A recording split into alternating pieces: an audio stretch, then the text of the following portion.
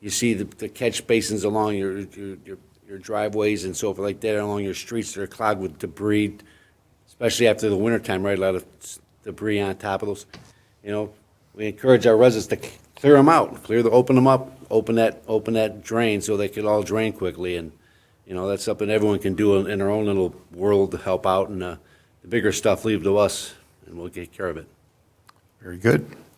All right, we have a motion by Councilmember Shornack, seconded by Councilmember Baranski, to approve the cost-sharing agreement with the Macomb County Department of Public Works. Any other comments by council? I would like to, go ahead. I was just going to say I'm very grateful for this program. I had a resident reach out to me recently about she saw some stuff in the Fulman drain, and our DPW was able to get to it very quickly. And I remember Elaine mentioning to me that we might want to look into the county cost share program. So I'm very excited to see this on the agenda. Very happy to have you here, Commissioner, Deputy Commissioner. Deputy Commissioner. I'll have my business cards now, too, so if any of you have any questions, or you hear from your constituents, or whatever it happens to be, certainly reach out to me, and we'll do what we can to help take care of that issue as soon as we can.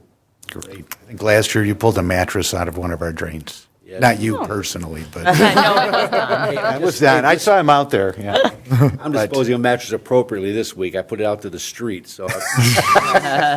Very good. Ways of getting rid of things. All right. Would anyone in the audience like to speak on this topic about?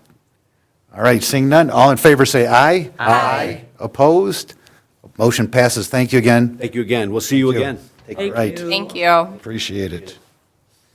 Okay, item number 8D, approval of local governing body resolution for charitable gaming license for Motor City Youth Development. All right, we have a request from Motor City Youth Development to approve a resolution recognizing them as a nonprofit in the community. This is something that is a state requirement for them to be able to have any type of gambling at the facility for charitable gaming. We do have representatives here that if you did have any questions, they would be happy to answer those for you. As I said, this is a state form, and this is something that council would have to pass for them to be able to move forward. Ed just texted me the sound's working. He fixed it. Great. Okay, so that's just a filler screen? Yeah, this is filler screen. You're fine. Thank you. Sorry about the technical difficulties for anyone watching. We've had some sound issues today. We're good. Welcome. Introduce yourselves and tell us a little bit about your organization and Microphone or he'll come out and yell at you. yeah, speak directly into the microphone. Hi, guys. I'm Vaughn. This is Nate. We're here representing Motor City Youth Development. We are a 501c3 that operates through the Motor City Aces youth hockey program out of Fraser Big Boy Arena. We have an 18U and two 16U teams. Two of our teams compete internationally, and we have one that competes here locally. Through that, we strive to implement structure and hard work into the youth, into the area. Okay, and so the gambling, Michigan Gaming Control Board application is for, are you going to be doing raffles or millionaire parties, or what will you be doing? So some raffles, and then mainly we're looking to do charity poker nights in order to raise money to lessen the burden on the families. We all know youth sports is not cheap. We're trying to minimize the cost to the families. Okay, all right. Councilmember Baranski. Yes, I'd like to make a motion to approve a local governing body resolution for charitable gaming license for Motor City Youth Development. Second. Okay, well, that was quick. Thank you. All right, we have a motion by Councilmember Baranski, seconded by Councilmember Fletcher. Shornack has all the hockey players living with her, so. No, No, baseball. baseball Well, players. baseball players that they're They are hockey. playing All at right. what used to be Jimmy John's. It's not anymore. All right, let's keep moving. Let's get these folks done. So we have a motion by Councilmember Baranski, seconded by Councilmember Fletcher to approve is it approving the application? Yes, and yeah. it's a Resolution. The resolution. A state form. Thank you very much. All right, anyone in the audience or anyone on council have any other things to say? Anyone in the audience? Seeing none, all in favor say aye. Aye. Opposed? Resolution passes. Thank you very much. And when will you, do you expect to start raising money? Are you working on it right now? or- Yeah, it's in process right now. We're just Okay. completing the application Okay. part of it, and once that's done, they said we can do up to 4 in the season. So as soon as possible, I would say, honestly. Very good. Good luck to you. Best luck. Thank you. All right, item 8E, water model update presentation from John Kazor of Municipal Analytics. Welcome, John. Welcome back. And again, speak directly into the microphone so we can, Is it not in the packet? I appreciate it. Thank you, Mayor and Council, for having me, and Fraylene, and Rob, and Angeli, for all of your work on helping to update the model. I'm just going to start by saying I appreciate the DPW crews that do what they do. As was noted, they do great work that keeps things working. As the person who looks at the numbers, though, I blame them. And the reason is because so many people don't know that there's infrastructure underground that needs maintenance because they're doing it without anybody noticing. So when we come and say, or when the city says, we need to invest in our underground infrastructure, people say, it seems to be working fine. But the reality is the infrastructure is constantly struggling to keep up. And it's the crews that go out there and patch things and fix things and stop the leaks, keep the pumps going, that keeps the system working. So to the degree that they're doing a great job, I blame them for the public not being aware that investments need to be made in the system constantly. That's my pitch. All right, so I just want to review. You remember that we worked on this study initially in 24-25. Council adopted some rates last April. And we're just now coming back with an update on that. And we can go to the next slide. I just want to review what the goals and objectives are to update the financial model and the rates required. That includes all of the costs associated with the utilities, operations and maintenance, staffing costs, insurance, capital costs, debt service. All of those things have to be factored in to understand what revenue we need to generate. So we take all those costs, we back out any other revenues that the city might be getting from interest earnings or fees and other grants, that sort of thing. So we know how much money we need to generate from rates. So that's what this model is doing. We've updated all of that, and now we're coming to you with an updated forecast or an estimate for this year. And I'm happy to say that despite a lot of changes in capital planning and operations and wholesale costs, we're able to keep the rates where we predicted they would be a year ago. So I think we're on track for staying on course for where we were. We can go to the next slide. Just a quick review, water and sewer enterprise funds. We try to recover all the costs in those funds through the rates. So this is run more like a business. That's why it's called an enterprise fund. In this case, the city council acts not as elected officials for the common good, but as the executive body of a public utility. And you're making decisions based on the financial need and the health and safety of the community to keep those systems going. So that's what you're here for. And when we bring these costs to you to keep the system going, it's a difficult decision sometimes to approve rate increases, but we all know that costs go up. They generally don't go down. So the usage charge, we're breaking things into two charges. You've been doing this for quite a while in the City of Fraser. And we're looking at a usage charge, which is billed to customers based on their actual water metered. The volume that's metered for water is applied to sewer. And then on the fixed charge, there's a ready-to-serve charge or base charge that is trying to recover some of those fixed costs. And the city has pretty high fixed costs. And as we noted a year ago, your revenues are heavily leaning towards the variable.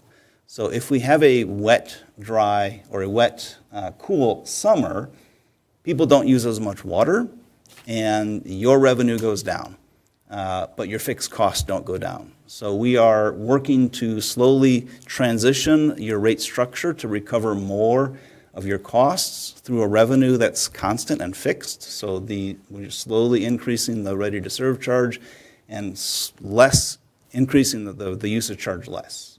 So that's what you're going to see as we go through the rates. We can go to the next slide. So last year, we did look at combining the 5/8 inch and 1-inch meters into a residential class. So for those residential customers that have a 1-inch meter, they're treated the same as a 5/8 inch customer for the ready-to-serve charge.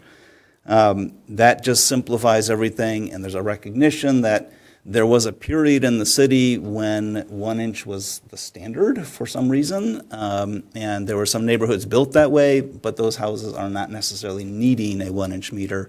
Rather than replacing everybody's meters, it's simpler to just combine them into a rate class of residential customers.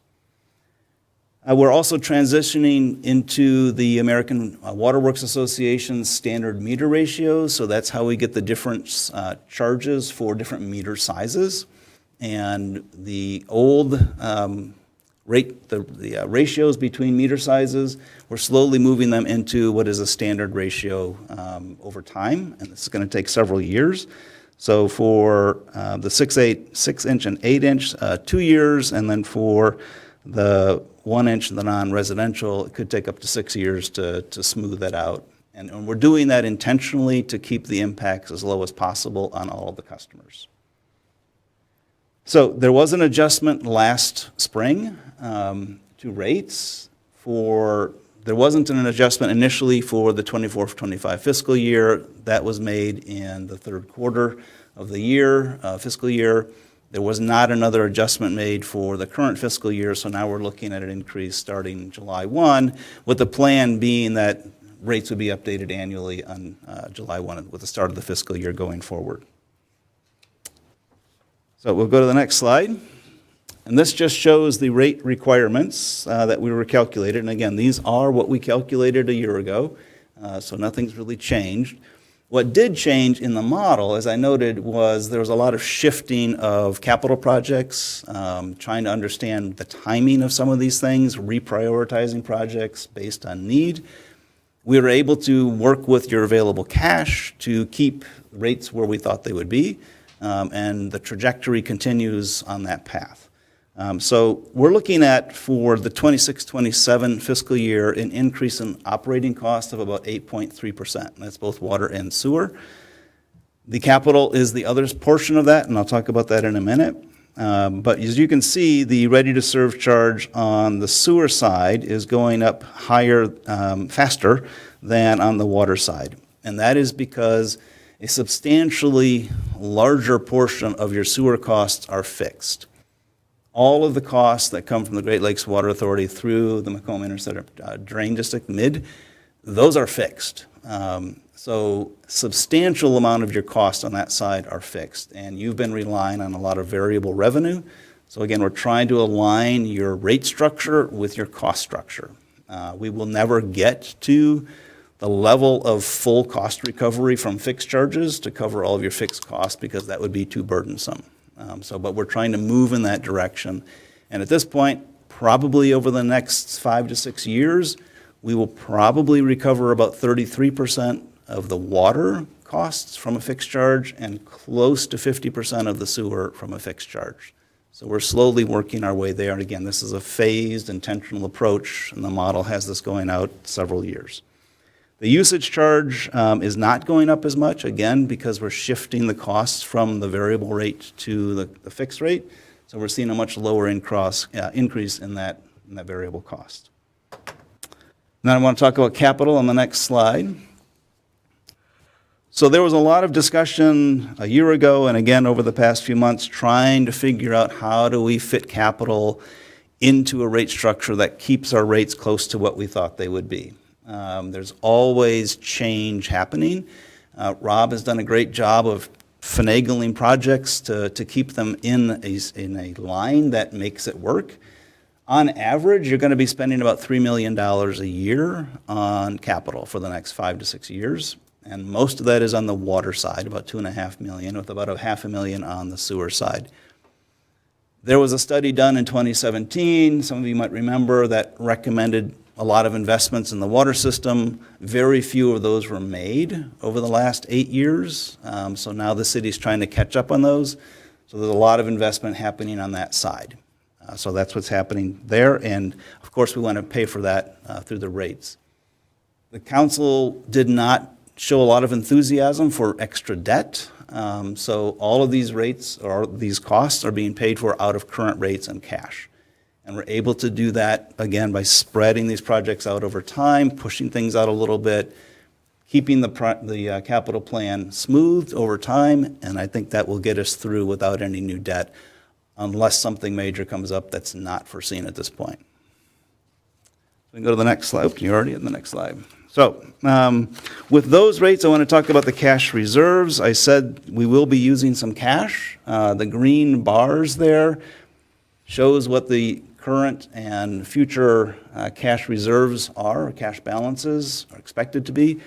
The red dotted line is, we try to not go below that, and the solid black line is really where we try to get closer to. So you can see we are anticipating cash going down, and then coming back up again over time as you start to just keep raising rates. There is, if we look further out in the model, that goes back down again because there's more capital, but then we start smoothing out rates. So what we've been trying to do is balance the capital with the rate increases so that we can kind of meet both, not raise rates too much, but also start tackling some of these capital projects that need to be done. And the next slide, talk about the impacts from customers.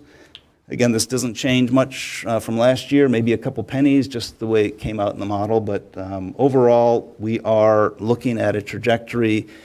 The typical residential customer for next fiscal year would see an increase of about 8.8%, and this was anticipated. Those 8% increases will continue for a couple of more years before we come down to 6 and then 5, and then again, further out, those smooth out over time as we get rates stabilized. Looking at the next slide, for a larger customer, 2-inch customer with 200 units or 100 cubic feet per month of usage, they will see a lower increase overall. And again, because most of their cost is volume, and that rate is not going up as much. And we'll see that on the next slide as well on the 1-inch meters, where I have a comparison between a 1-inch customer using, and this is commercial, not residential, using 100 units a month in the upper left chart versus somebody using 10 units. So that 10 unit, the low volume user, is going to see an increasing, faster rising costs for them because we're shifting those costs to the fixed side. And then just the last slide is talking about going forward from here.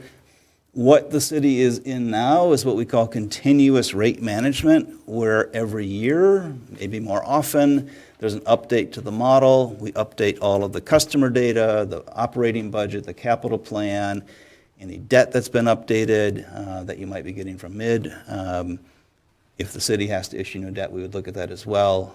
So we look at all those factors, put them all together, recalculate what the revenue requirements are from rates, and then recalculate what the rates need to be, and then it comes back to council like we're doing tonight for a request for approval to approve rates for the next fiscal year.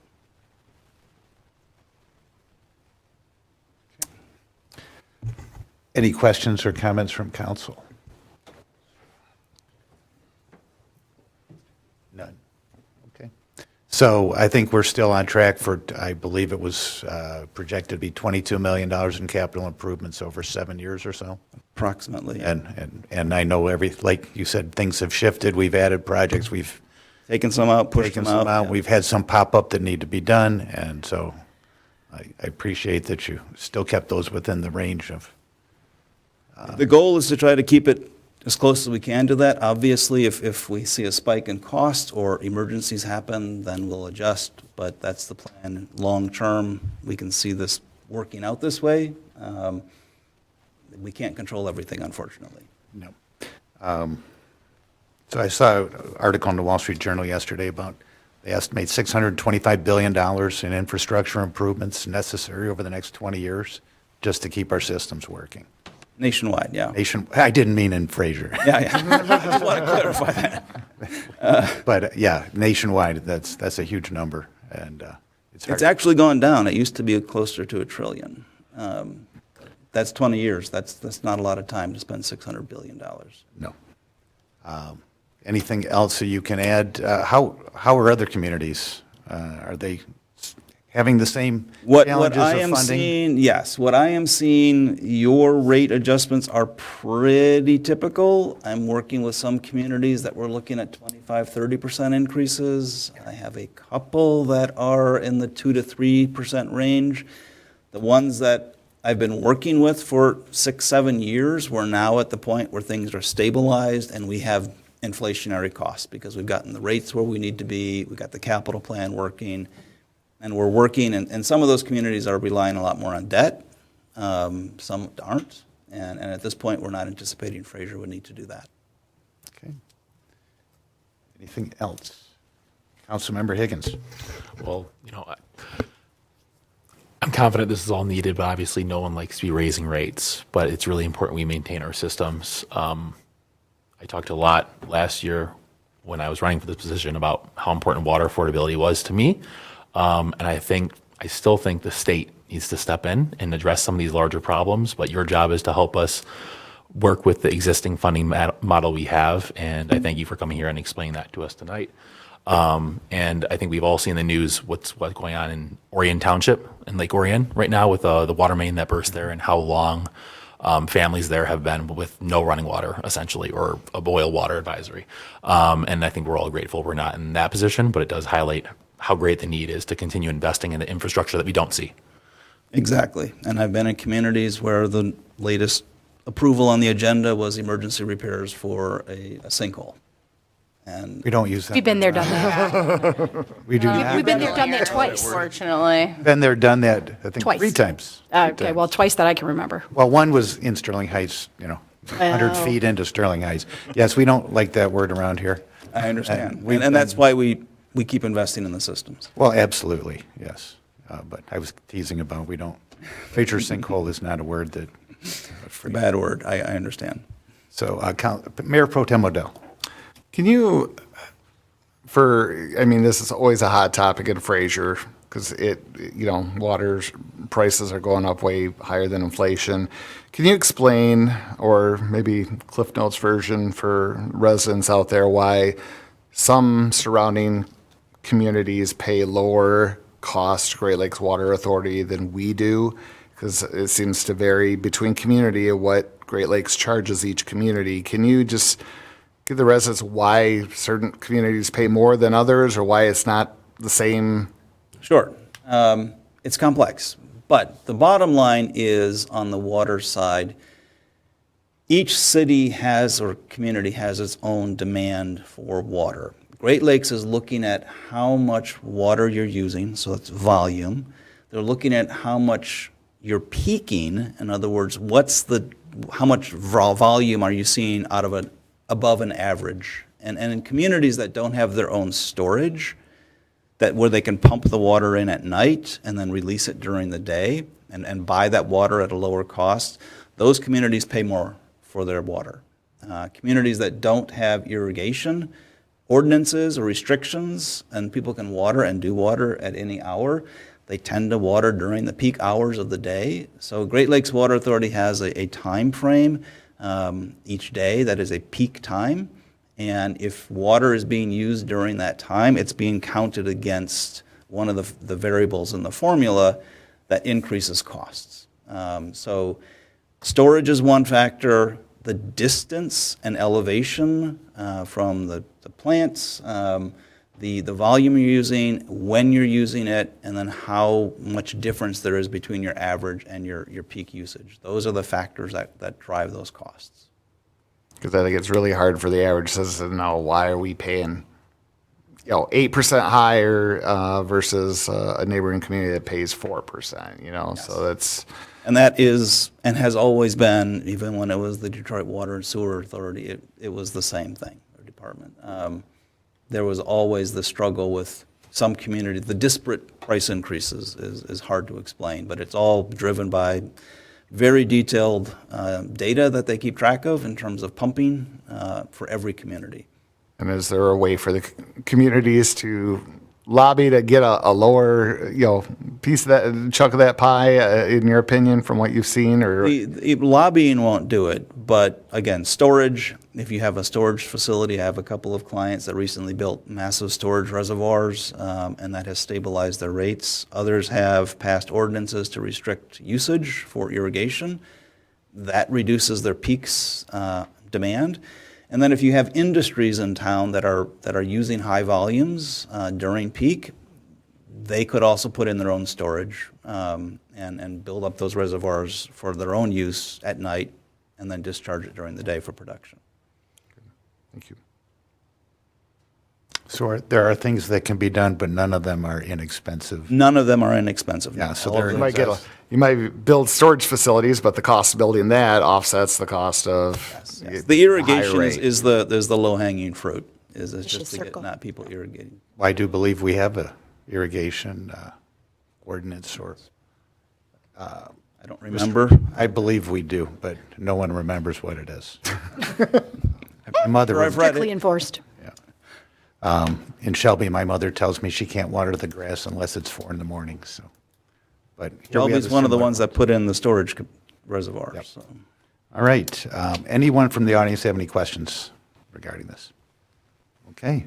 I think we are good for now. Thank you, Mr. Kazor, for coming back, and thank you for working with our team to I keep these appreciate things the on team track. and your interest in keeping this moving forward. Yes, and you still have the models, so when we need it updated, Elaine and Absolutely. Rob can reach out to you and make that happen, and Anjali, of course. So, Yeah. thank you. Mr. Denault, I think that's you. Since it came up, in 2008, the city adopted an ordinance, even-numbered addresses may only irrigate on Monday, Wednesday, Friday.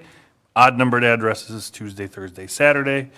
If you have mixed odd and even-numbered address or an undetermined address, the city manager decides what your days will be. And if you have a newly seeded or sodded lawn or any new trees and shrubs and bushes, then for the first 21 days, you can use it however you need. And that's our ordinance. That's so. We might want to put that somewhere where people can actually obtain it. Yes, sir. I'm going to just hop Yeah, in real please do. quick. That does not address time of day. Nope. So I think if you're going to make an ordinance revision, it should address time of day. It's less important day of the week. It's more important time of day. So anybody can water every day as long as they do it between 11 p.m. and 5 a.m. Well, it's cheaper for the city. It keeps the future cost under control a little bit. Yes. Luckily, I'm a night owl, so I can do mine at 11. All right, thank you very much. I think we're good with that, and have a nice drive back to Ann Arbor, I believe. All right, item 8F, 2025-2026 budget adjustments. Anjali and Elaine, I think this is for you. Yep, as we mentioned when we were working through the budget meeting, at least twice a year, we do budget amendments, and as we get closer to the end of the year, it may be a little bit more frequently. We do have some budget amendments tonight that our finance director has prepared. If you have any questions about that, she'll be happy to answer those. We are likely going to have some at the June meeting as well, pre-closing out the books for the audit. Okay. Thank you very much. Welcome. Good evening, City Council members. Yep. Do you have any question? Councilmember Baranski? Yeah, I just have one question I want to just clarify in case anyone's actually taken a deep dive on this. So the special assessment district for the industrial sub, it looks like we had anticipated it costing us 9 million, or what, can you tell the math? Can you Okay. explain the difference in that? I see it's a savings, like, right? So when we did the budget last year, the estimated cost was 16 million. Okay. And the cost of the project come after that 13.5 million, something like that. So that time we anticipated based on all the like special spend funding from the state, and we transferred 3.5 million from the general fund. So we thought our bond will be 9 million. But then the cost come down, then we have only 5.2 million, like that. The bond. The bond was Yeah. only 5.2 instead Yes. of 9. Yes. Based on our, Reduced cost of the project. perfect. That is And some prepayments, some people prepaid. Yes, for special assessment, when we did last year, that time we did not know how many will be prepaid. We have around 128, I think, parcels, and some of them already prepaid. So when we issued the bond, we deduct those money. Nice. Thank you. Yeah, you're welcome. Do you know approximately how many prepaid? Or how much was prepaid? Just ballpark? I have to check, maybe 500,000 or more than that. Bless you.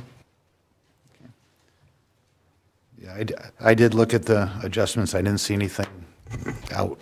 They just look normal. Yeah, so most are adjustment related to the Industrial Park Road 213. So you see a lot of in and out based on how the bond and the cost came.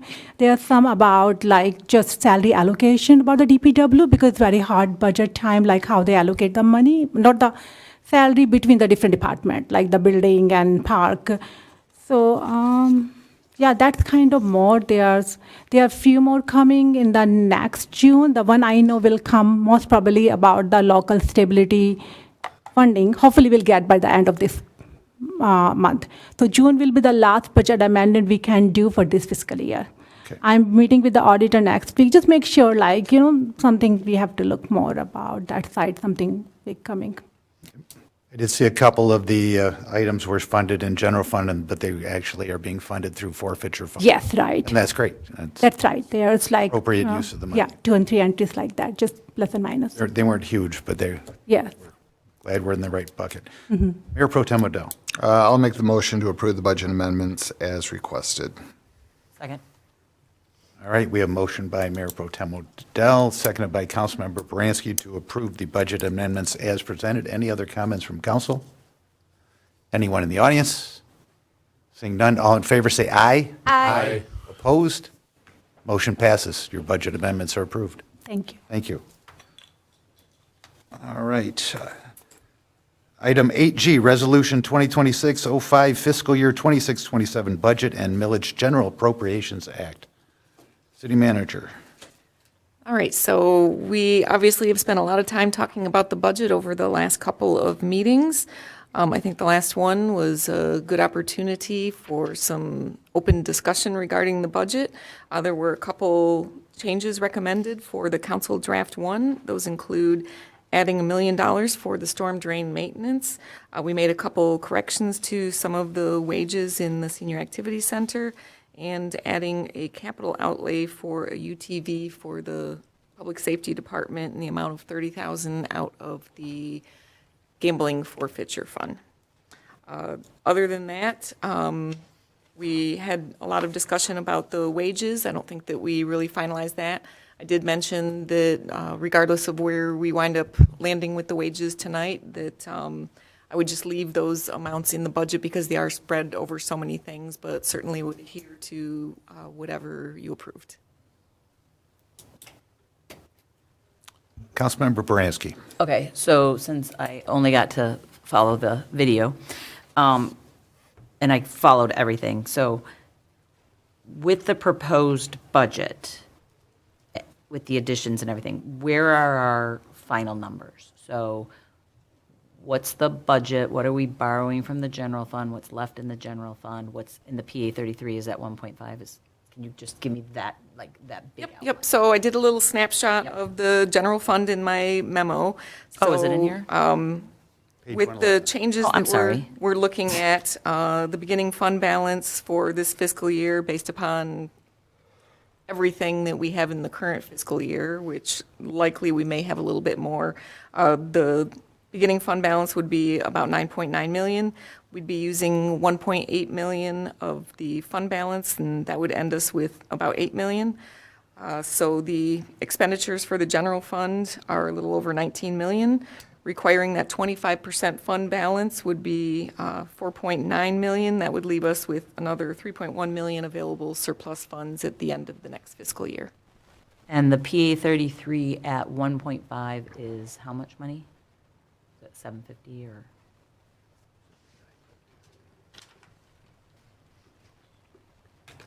It would be 926. Oh, 926, okay.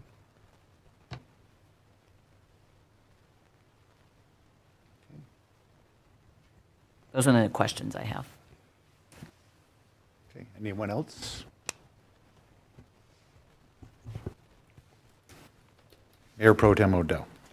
For the salary increases that you had for department heads, you feel that those will be put in line with other communities based on all the research that you've done, and we should be good going forward, not to have any major jumps other than cost of living and standard raises for the short foreseeable future? Yeah, as I mentioned and talked about at the last meeting, these are market adjustments, and we've done a lot of homework looking into it. There was a comparison study from another community that they did a lot of the research, fortunately, for us. We did have the MML study. We had some ads for some of the positions as well. This was in that large binder that was provided. We have a lot of great department heads, and it is so difficult to learn a lot of these roles and be able to carry through with all of this work, because you need to have the knowledge, you need to have the skills for the job.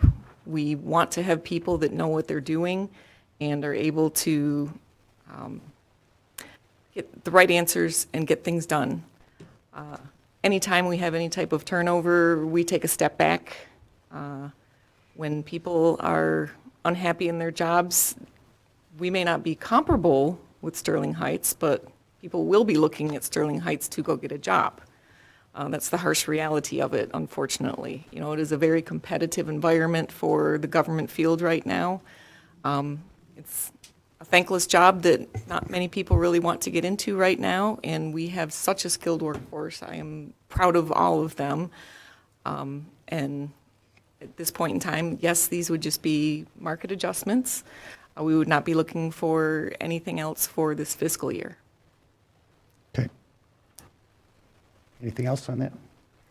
Yeah, Council, can I speak? Yeah. All right. I thought everyone was done. No, I Go was ahead. I was going to jump in, but let me just state, I gave a lot of thought to this, and really key to me is that this is your recommendation, that these are the right adjustments. And what I would like to see going forward is a plan so that next year we don't have this kind of conversation, that we have a plan.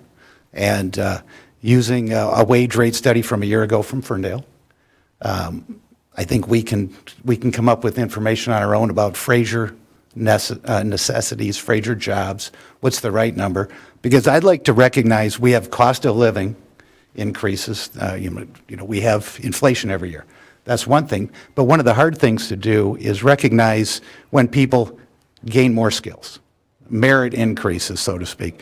I reviewed the wage increases over the past few years, and they've really been inflation adjustments. So as people have progressed, as they have gained more skills and taken on more responsibilities, we have to find a way to recognize that in a structured framework. So I would hope a year from now that we have a better handle on that. I would like to have a long-term plan so that we do keep key people, that we do recognize and reward them for good work performed, but not give away the entire city budget for it. But I guess that's it. That's more or less how private enterprise works. We try to recognize the people appropriately. So with that, I will turn to Councilmember Baranski for your comments. Yeah, I had one other question about it, because this 1 million is skewing my math, because I didn't catch that, and Councilmember Shormanek advised me about it, which is fine. So we're taking, in essence, 900,000 from the savings, and then 900,000 from PA 33 to balance our budget. Is that the math? That's one way of putting it, yes. Okay. Well, is there anything wrong with that? No. I'm just trying to make the math really simple. Like, to me, I'm looking at this and I'm saying, we have a budget that is over, and so we have to figure out how we're going to, so our wants and our needs are all in this budget. And that number, we don't take in with our regular funding. So we have to find the funding for it.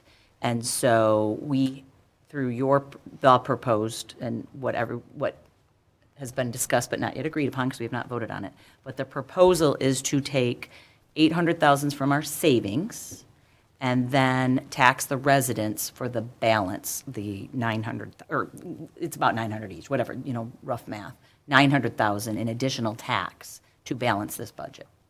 And that money is directly for public safety. I just want to Yep, okay. make sure everyone's aware of that. So, all right, so the way it's done is that public safety is funded fully with the PA 33 money, and the money that we would have otherwise used to fund the public safety is used in other things. It is no different than what the government did with the schools and the lottery. It is an excellent source of revenue when needed, and it is 100% going to the police. There's no dispute that that's happening, but we are not then using general fund money to fund the police. Correct. I mean, we might though, actually, because we're not public, yeah, we for sure are, because it's way less. PA 33 is way less than the budget for the police, so we are just taking away 900,000. Yeah, reduces that burden. Yeah, perfect, thank you. So we're getting $1 million in storm, which is a very defined, large expenditure that to me makes sense, right? So that's like, yep, pull out of your savings to pay for that. What are other major things that make up the balance of that 800,000? There's about $1 million of capital as well. Other capital projects throughout the city, buildings and grounds, some of the Linden Pump Station. Linden Pump Station. Yeah, so in my last packet, either the last packet or the packet before, there were itemized items that were capital costs. And that was about $1 million. And that was about $1 million that are all built into this. That was just general fund. Got it. Yeah. And that was before this $1 million addition. Right. So We really have $2 million worth of capital expenditures in the general fund. And so if anyone is paying attention or listening that isn't financially, what does that mean, capital expenditures? Can you, what does that mean in layman's terms? So these are substantial items, high cost with long life. Okay. So thinking Break it down even more. typically pipes, roads, buildings, heavy-duty equipment. Okay, so infrastructure type things and things to maintain the infrastructure. Big expenses that add to the bottom line. Okay, thank you. Okay. Anything else? And I'm fully in support of wage adjustments. We need to keep our people. Okay. Anything else? Okay. Councilmember Fletcher.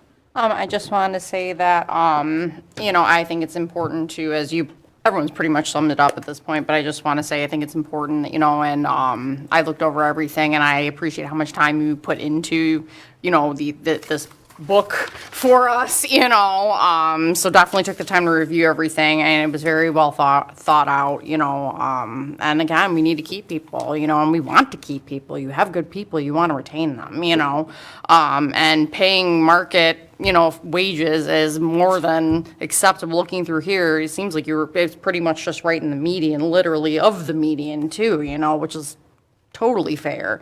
We have hard workers that have certainly put in their work, and it shows, and it's very much appreciated by council, and I'm sure the citizens as well. So, and I think we should pay them accordingly. So, obviously, planning so that we can have something that is more normalized is obviously great. But again, merit is important too.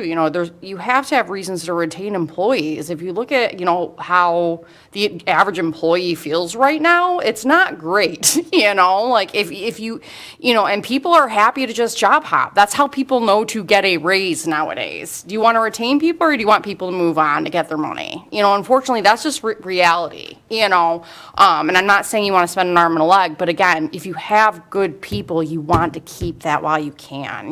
There's bigger cities, there's better cities, and we have a great staff, and I appreciate them. So I'm going to get off my high horse now. Thank you. Okay. Anyone else? Mayor Pro Tem Odell. All right, I'll make the motion to approve Resolution 2026-005 for the 26-27 budget and millage general appropriations act as submitted. I will second that motion. And then Councilmember Baranski. Yeah, how are we approving the budget before we Yeah. approve PA 33? I feel like these are reversed.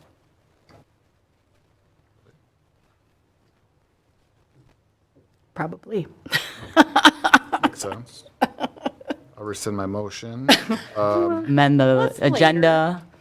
Save it for later. Yeah. Looking at the, It is how it's written, but yeah. Yeah, you didn't, You didn't mess that up. It's just, I just didn't it catch should have been, that. you can't put. I thought we everyone were wants to talking put the about it cart and in then front of the voting horse. after. Yeah. Like, you can do Well, it. it's We already can do it changed. that way, and then we fund it after, and if it doesn't get funded, we go back and adjust the budget. Yeah. We've done that before. Well, you can do it because we have $3 million in the budget, so it 100% can be done this year, but I just think procedurally it should be, unless I'm wrong, and I've been wrong. Stop clicking your pen.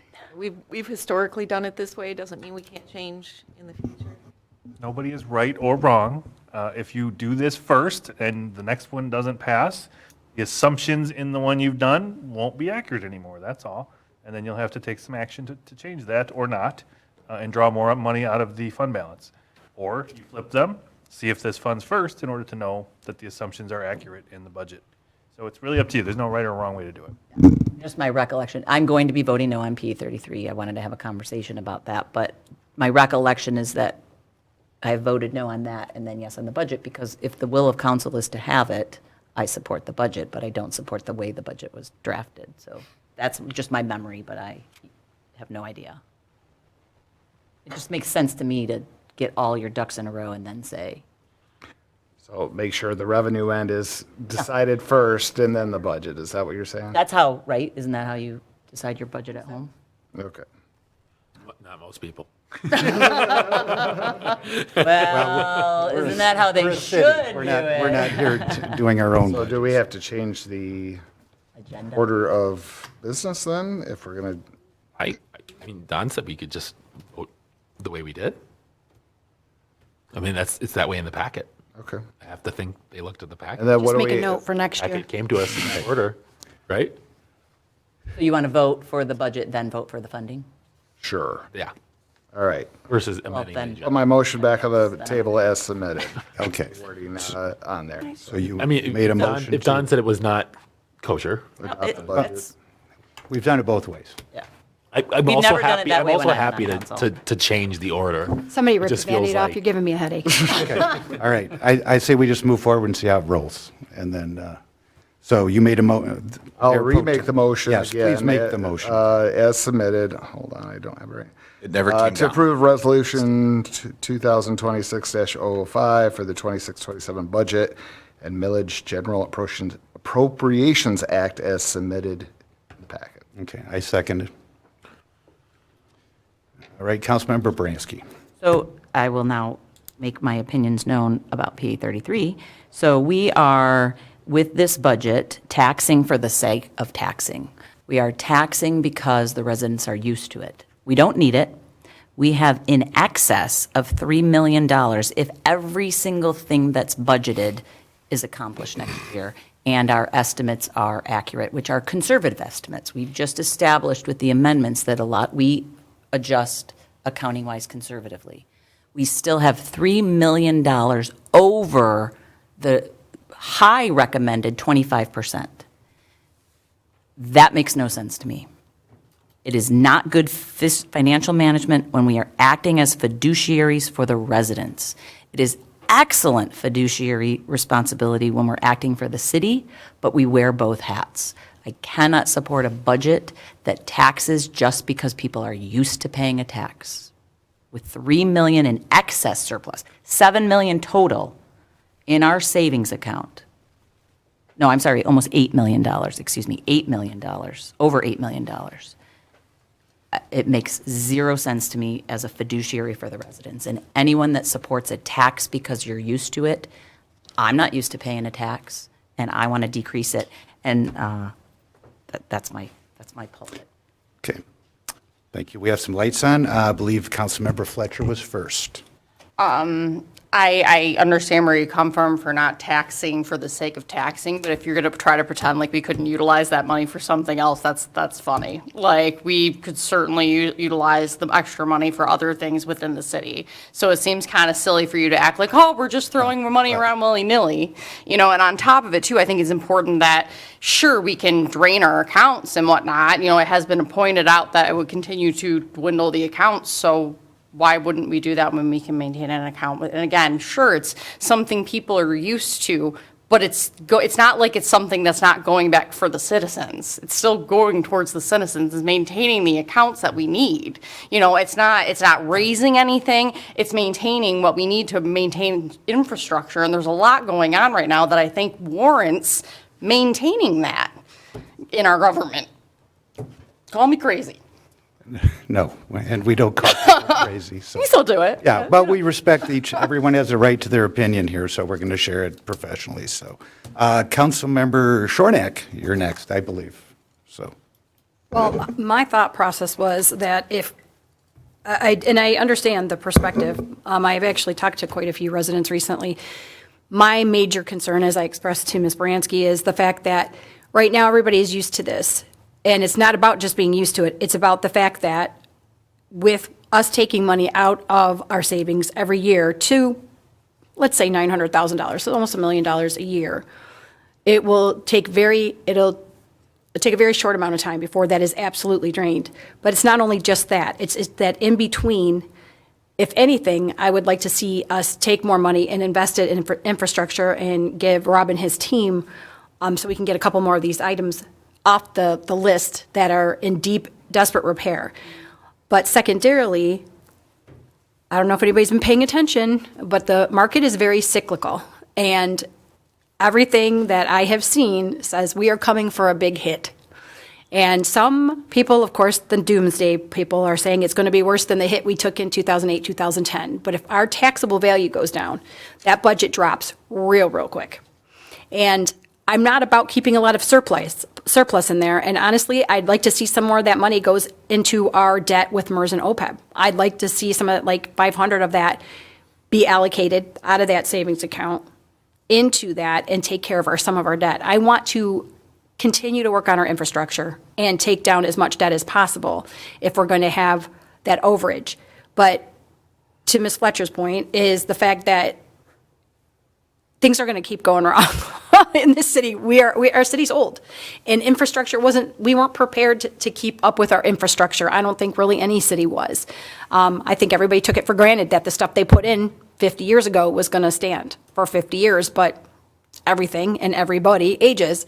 So I think we need to take more time to start investing more in our city and taking care of these problems that are going to eventually end up costing us so much more, as that happened when Rob did his budget and told us about Zero and Schoolcraft and all the money that we thought we could spend to rectify the whole situation at once.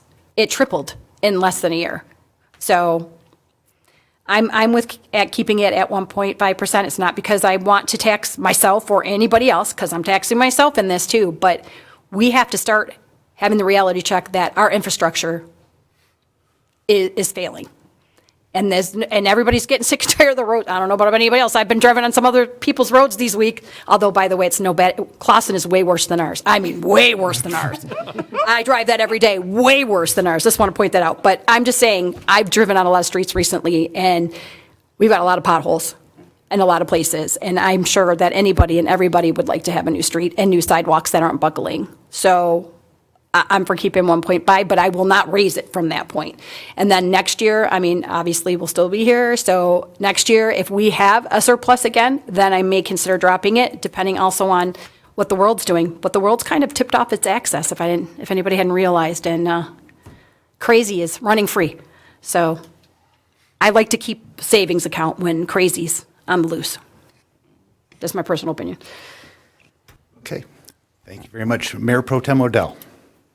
Yeah, I'm for keeping the PA 33 at the 1.5. Yeah, we have $3 million extra dollars on earmarked, but there's plenty of earmarks to go around to fix this infrastructure. I mean, if we would have fixed the school or the roads that we had talked about last week, the way this would be we'd be at our fund balance or our reserve, and we wouldn't have anything left extra to do anything else. We don't know exactly what cost options we're going to have for the storm sewer bills coming up, and heaven knows we have roads that can be worked on, repaved, and I think it's just smart budgeting to keep it where it's at, because that fund balance is going to go down. Costs are going up. We had a 2.7% increase for our assessment value, and costs are going up more than 2.7% every year. So it's going to get to a point where we probably might have to, if we keep it the same, we're not going to be teetering back and forth. The worst thing I want to do is say, oh, let's get rid of PA 33, and then 2 years later, hey, we're raising your taxes another $4 million because we got to make up for some infrastructure projects that came out of the blue that we don't have the money to pay for. And the city is in really good financial position right now, good credit rating, bonds. I think we had great bond issue or bond rating for the industrial park. So if we need to finance future projects, roads, infrastructure that we can't pay with $3 million, we need a good credit rating, and I think going back and forth with the PA 33 is not a good way to budget our infrastructure going forward. It's going down, and also another reason why it was so high to begin with is a lot of things were put off in COVID, so the money stacked up, and when it should have been spent, but nobody was working, and the projects weren't being handled accordingly. So it did go up a little bit. We got some COVID money from different sources that boosted up our bottom line, but those monies are gone. That revenue is gone. So it's slowly dwindling. I'd rather slowly dwindle it than take it out in a year or so and then raise residents' taxes again because we can't pay the bills. So that's where I'm at. Thank you. Councilmember Higgins. I have similar sentiments. When Rob was giving his presentation on the funding needs for Schoolcraft, Elodie, and Cyril, and the sticker shock we all had collectively as a council when we saw what we budgeted $1.2 million for jumped to almost $4 million, 3.7. So, and we allocated an additional $1 million of that at the last budget workshop, and I see that here. And if we had done all that was needed for complete streets and storm on those 3 streets, that would have taken us below our 25% fund balance threshold, right? Is my math right? Yes. Or nearly. Yeah. Close to it.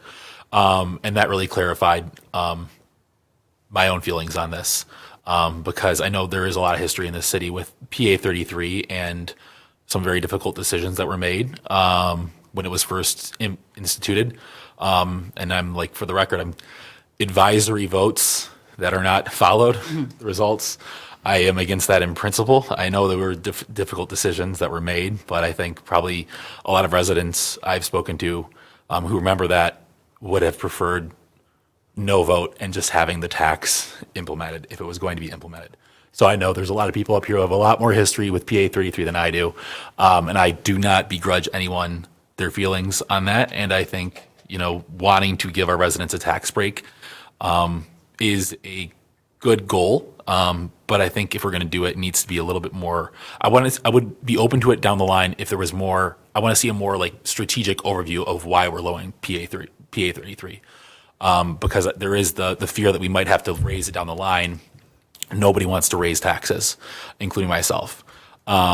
So if we lower it without a specific strategy in mind, and I want a full strategy, I want to know why and how it makes us more competitive to other cities, and how we're going to fit that into the city's strategic goals. And I would want to have a full discussion with our budget workshop and our strategic goal setting, that lowering PA 33 would have to be part of that for me to be on board with it, because I would want to know how it makes our city more competitive, because I know it's why it makes it better for people's pockets, and I would like that myself as a homeowner. But I am for maintaining the current level for PA 33, especially since we just lowered it. The previous council lowered it last year. That was 2 years ago. 4 years. 2 years ago. Time is a, We didn't lower it last year.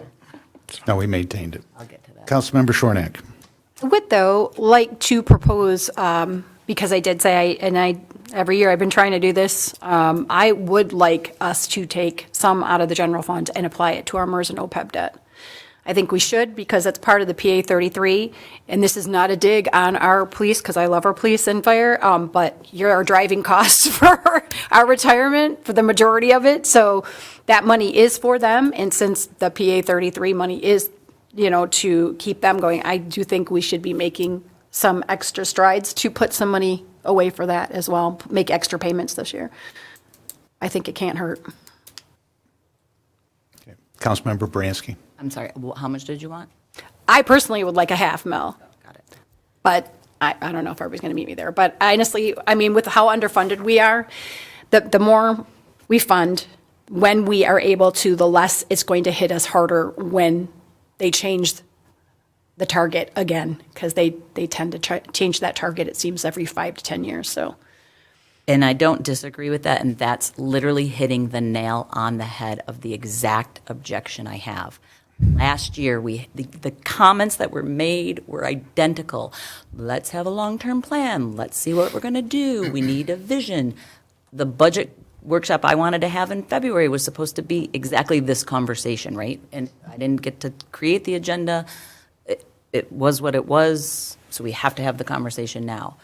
But the irony is, for 2 years now, we've sat with at least $3 million in the bank sitting there. That's the issue. We're not spending it. You just put your budget together and you left $3 million in the bank while taxing the residents for a maybe, kind of, sort of, whatever. They had the opportunity to say, because they can't do every capital improvement. That's the other thing. They said, these are the ones we're going to do. And obviously, the rainy day fund, the 25%, is for emergencies. But for 2 years now, we've taxed the residents and had in excess of $3 million in surplus. Why we had it is absolutely because of COVID. But we as a council have done nothing to either spend it or give it back to the residents. And that is the philosophical issue that I have with taxing the residents when we still have $3 million, if that makes sense. Councilmember Higgins. I hear that, and I think that maybe next year we do have a discussion. There are outstanding needs in those areas on Cyril, Elodie, and Schoolcraft. And when we looked at the map of other neighborhoods in Fraser with the corrugated metal pipe that we know is going to be very expensive to replace, maybe we should make a goal of spending that money closer to our 25% target next go around. But we have a whole year to plan that. But we can start that discussion earlier. And I'm not opposed to putting money towards our OPEB too. I think that would be a great thing to do. Okay, well, I'm going to take a stab at this. We've put money into OPEB before. We put additional funds in there. I wish that had been included in the budget from beginning, because now at the 11th hour, we're going to throw $500,000 into that. But last week at the budget workshop, we basically turned down the idea that we were going to do complete streets on those storm sewer improvements, and that cut. And so Councilmember Perry said he won't support it unless as long as we have a surplus. Well, we could have made a motion and eliminated that surplus with one vote, and that would be to do the storm sewers that were recommended as a complete street project. So we make choices all the time here. We have I believe the estimate at one point was $120 million to fix all our roads. Of course, we're never going to do that all at one time. Our roads continue to deteriorate. Our PASER ratings continue to slide, even as we do some improvements. Garfield was a great improvement, but that was just one road. So I have a neighbor street, I can see it from my front porch, that has been needing replacement for probably 10 years. That road is probably $1 million project by now, and it is a very short street. To me, PA 33 has always been first dollar funding. If it's $900,000, but the actual public safety budget is probably nearly $8 million if you include dispatch, ambulance, and the public safety budget itself. Approximately 50% of our general fund is public safety. So by first dollar funding with PA 33, that does free up other money to do other things. A few years ago, we had probably almost $10 million in fund balance, and we've managed to improve our city in some respects by spending that fund balance down. We've done the same thing. We have a plan for water and sewer. So I think we're heading in the right direction, but not fast enough. So in my world, as I look at the budget, we're dipping into fund balance each year. At some point, that fund balance dwindles to the 25%, and that's for operations. It's not a rainy day fund in as much as portion of it is, but a lot of that is just to fund our day-to-day operations and make sure we have cash to pay the bills. So those are my thoughts on it. I support the budget as is. By the way, we're still on the budget. I know we've wandered into PA 33. They are closely related, but we are still on the resolution about the Budget and Millage Appropriation Act. Councilmember Perry. I'll wait then, because I was going to discuss PA 33. We passed Well, we are kind of in it. I mean, But it's directly. no mingle. That's fine. I don't care. I'm not formal about this. No, you mentioned my name. I did. About the streets, and that's fine. I agree. I think we should do the whole project from start to finish, but why stop at 1.5 with PA 33? If we have all this stuff we need to do, why don't we raise it to 10 or 20 and get everything you guys want done? So why is 1.5 the threshold? Valid question. I mean, you're giving me a weird look. State, why are we stopping at 1.5? Stabilization. Oh, right. I mean, What did you say? It's slowly gone down Is from it- 9 is it to, just bloom all at the same would hurt- it time? would hurt- Like, are we going to have the whole? People's finances would be affected. People, I'm And being that too. rhetorical. right. No, that's the answer, though. Actually, you're being It's a real answer to a More rhetorical than question. 1.5. Rob informed us last meeting that to do those 4 streets correctly, it would be nearly $7 million. Was that right, Rob? So what's a $900,000 going to do here? I'm not for not fixing the city. It's just, as Mrs. Baranski said, we have a surplus and we're not doing anything with it. So we're just unnecessarily taxing the residents. And we have no plan. This money doesn't appear to go towards the police officers. Sure it does. Yeah. It's actually literally Made listed. plenty in of the- in the purchases this appropriate- year. You in the guys say resolution. that, Department, but okay. Where do you think it goes?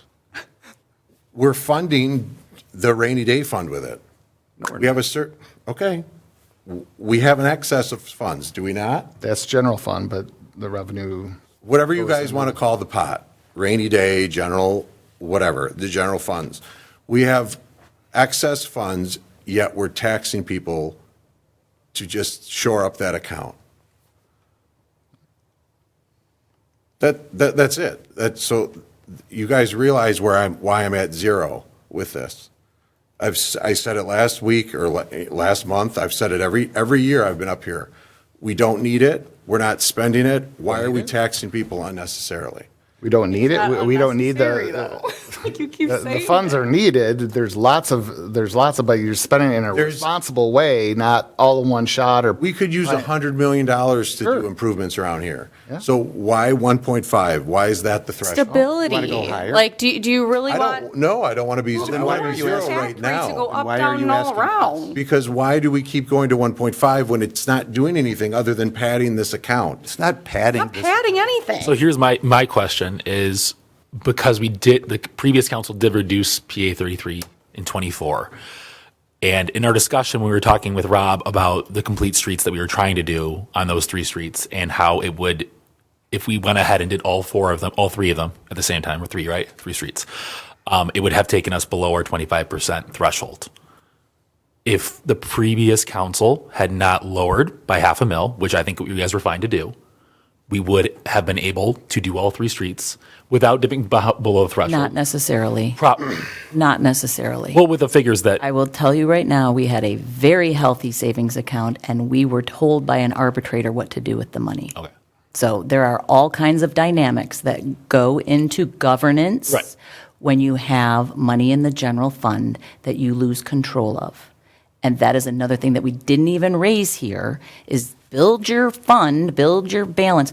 I think we are aligned in that, spend it, have the plan. I'm fine with spending it. Because we're saving it for maybes and what ifs and whatevers. Last year, we had over 3 million. And you know what we did? We did do the SAD. Awesome. And we came in under budget. Awesome. What are we doing this year? That's why I asked. What are we doing? Where else can we spend that 3 million to then justify the PA 33 expense? And I think that's, We can do the storm sewer project that was recommended by the Public Works Director and AEW, of which we're spending $400,000 to engineer it right now. So we are actually engineering the entire project at a cost of $400,000. And that's why. And then we may only do a quarter of it and put the $300,000 remainder of that plan on the shelf and never do it. Or when we do get to it, it could be a $5 million project. So we know that infrastructure doesn't get cheaper. Haven't seen a project yet that doesn't come in, rarely do we see a project that comes in below engineering estimates.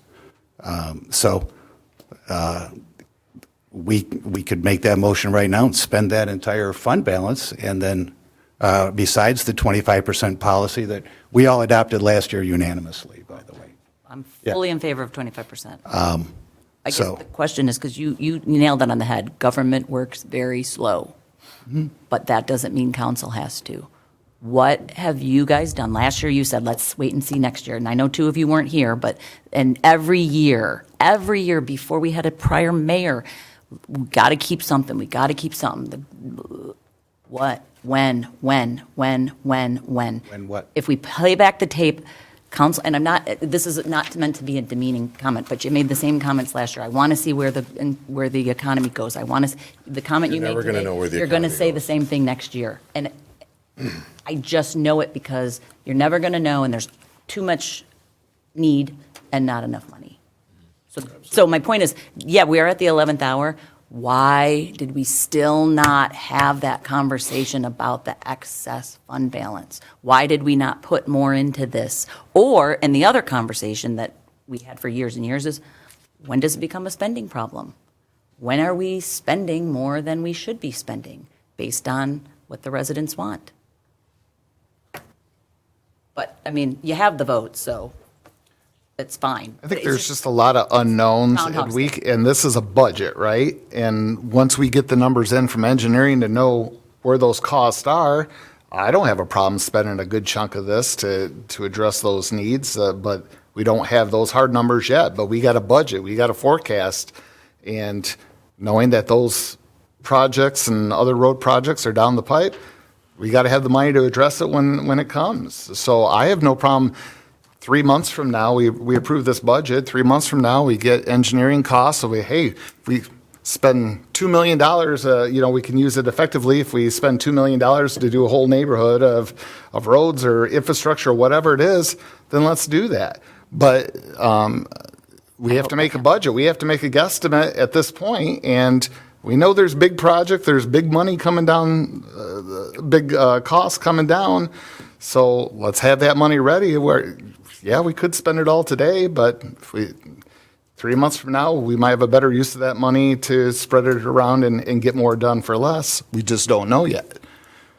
And I think in June, we're expecting the engineering estimates back on the stormwater project, at which time, and that's part of the discussion last, the 4th, when we talked about adding $1 million to the storm right now. And then once we get that, we'll be able to get a better idea. Where can we do, where do we stop, and where does it make sense to continue to do these projects? Because we talked about doing just one street or maybe certain sections that have a greater need. Yeah, I thought the intention based on what we were talking about was the same to sure, we were setting aside this 1 million, but we have no idea how much it was going to end up rolling out anyways. We can't be like, well, we're going to put this because it's going to be 1.5 streets, so I think we kind of want to get an idea what that was going to be and then adjust money accordingly at that point. But we knew we wanted to, if I remember this correctly, we wanted to at least spot that when 1 million was, 1 mil was what we want to. 1 million. No, yeah, I want to say what we would want to utilize no matter what as a whole. Does that make sense? My words are all messed up, sorry. Can we refresh my memory on what we decided on those streets? So we reserved $1 million, but we didn't decide what we're doing necessarily yet. I think we decided. That is okay. I'm going to say Linden, and then, We're doing Linden. the We're doing secondary. Linden. We didn't decide the other. Yeah, That's I know because other streets we didn't That's have to because decide Rob yet. said we will have the report back in June, and that at that point, we can make a more rational and more intelligent decision when we have the actual physical numbers. But at least we earmarked at this point, here's $1 million. Now let us know what else we need. So We could later spend that. We could always And that make kinda, a- I think, we was made the about intention. budget amendment This tonight. year. I'm gonna hold you to it. Okay. Schoolcraft is one of those streets, I'm and my gonna bring house the- has I'm gonna bring the tape from kayakable last lake in year. front, It's okay. So during the And the rain, year so believe before. me, I'll press. And the year before. So, But in the meantime, the MERS and OPEB thing, then, can we please add that to our conversation every year that we have above and beyond, Elaine, for above and beyond our 25% on our budget? Because that's going to come back and bite us very, very near future. So we have to start allocating more to that too. Otherwise, we're really going to be up a creek without a paddle when the actuaries come back and say, oh, just kidding, we were wrong. So. okay. All right, so we have a motion by Mayor Pro Tem Odell, seconded by Mayor Lesich, that was me, to approve the Resolution 2026-005 Fiscal Year 26-27 Budget and Millage General Appropriation Act. Anyone else on council before I turn it out to the audience? All right, anyone in the audience like to speak on this? All in favor, say aye. Aye. Opposed? No. Okay, I believe it's 5-2, but, okay. 5-2. All right. I concur. The budget passes. All right, item number, what's the next number? H. Resolution 2026-006, fiscal year 2026-27, determination of police and fire special assessment district. But this is actually the millage, isn't it? We're not resetting the district, so. Yep. Okay, Councilmember Bransky. I'm just going to reiterate, ditto what I said, but I want to make it crystal clear that this is in no way, the conversation we had, we are all aligned. This is not about that the police aren't deserving of the budget and all of that. This is the way the money is spent because of PA 33. So I do not want to read comments that Councilmember Baranski is anti-police or that, or anyone is pro or against, because I think unanimously we can all agree that our differences of opinion about the finances have nothing to do with the allocation within the departments. And I just felt it was important to say that on the record again for now 6 years in a row. Thank you. All right. So we have that resolution. Anyone would like to make a motion to get it on the table? Mayor Pro Tem Odell. I'll make the motion to approve the PA 33 millage rate, same as last year, 0.75 each, 0.75 each billing cycle, correct? Is it, I thought it was 1 in the summer and then 0.5 in the winter? 0.75. Or, and summer. so it's 0.75 each one? We did three quarters of a. Yep, 3/4 for 0.75, summer, 0.75. 3/4 for winter. Okay. All right, I will second that motion. Any other comments from council? We kind of hashed that out in the previous motion, but we're open, we can have some more discussion. All right, seeing none, anyone in the audience? All right, all in favor say aye. Aye. Opposed? No. Okay, it's 5-2. And we all in agreement with that, right? Okay. All right, item 8I, fiscal year 26-27 fee schedule. And city manager. So we've got the fee schedule amendments before you. These were submitted by department heads. Not a lot of changes this year, so just looking for an approval for the fee schedule. This is something, obviously, we can amend throughout the year as needed as well. Okay, Councilmember Shornack. I just have a quick question, because I didn't see it on here. So I just want to make sure that we were all in agreement and that it is somewhere, because it's not in these ones, when people are fined for things, like the first time's a warning, the second time, I don't know the exact number, but let's say like it's $100. But then if they go for a third, are we doing incremental step-ups in the fees that they have to pay? Because if not, I think we should. Because giving them a warning or giving them like a $50 ticket, they're like, yeah, whatever. And we've seen that with a specific business, and I know you know who I'm talking about, that we fined them or gave them a ticket, and oh yeah, well, I'll just pay that. And then they get the same ticket again, oh, I'll just pay that. So I just want to make sure that in that fee structure, that if we're going to be writing tickets for any violations, that if they ignore it and don't do anything about it, it's a step up. So every time they get another ticket, it's higher and higher and higher. And honestly, I want it doubled, because if they're just purposely ignoring it, like, oh, I don't know, people who don't want to clean up their front lawns or mow their grass, that kind of thing, if we're ticketing for that, I would like to see it a step up program. So I know we talked about it a little bit, but I wanted everybody's feedback on that, and I think we should definitely be doing it because we need to send a message. Our city doesn't need to look like it's been looking. It's been looking quite dismal, so. All right, Mr. Denault had some comment on this? Sure, I can just give a quick answer to that. What I think you're referring to is when we cite somebody with a civil infraction violation, that comes with it a scheduled fine. The current schedule that was adopted at the end of 2022 is $150 for the first time, $250 for the next one, $500 for the next one. Perfect. And $1,000 for everything after that. Perfect. Good. I just want to make sure we had a step up, because I was like looking through here, and I looked through here like 3 times, and I'm like, I just want to make sure we have a step up. That every time you just ignore us and, do basically to government kind of thing, that every time it's going to be more and more until you do what you have to do. Right. The thing you were talking about is fines, those Yeah. court fines. What we're doing tonight is adopting fees. So when we provide a service so to the fee, somebody, but we yeah. charge a fee for it. That's what Yeah. we're adopting tonight. Yeah, so if we So I'm have. fine with that then. If we cut someone's grass because they aren't doing that, that is a fee. Service. Yeah, so we don't double that the next No. time. But if we want to cite them because But they we didn't want cut to. their grass, If they have a Correct. civil infraction, we can assess, or we can. All right, then I make a motion to accept the fees as presented for 2026, 2027. Second. All right, we've got a few lights here. So we have a motion by Councilmember Shornack, seconded by Councilmember Fletcher. And now let's go to the lights. Mayor Pro Tem Odell, you were first. So the unpaid fees, let's say you have the second, third fee, it's not getting taken care of. We could tack that on to their property tax bill, can we not? We are. Or, I know we do that with like lawn, but are the other fees also able to be tacked on? Because they don't pay it, eventually it's going to get paid with interest.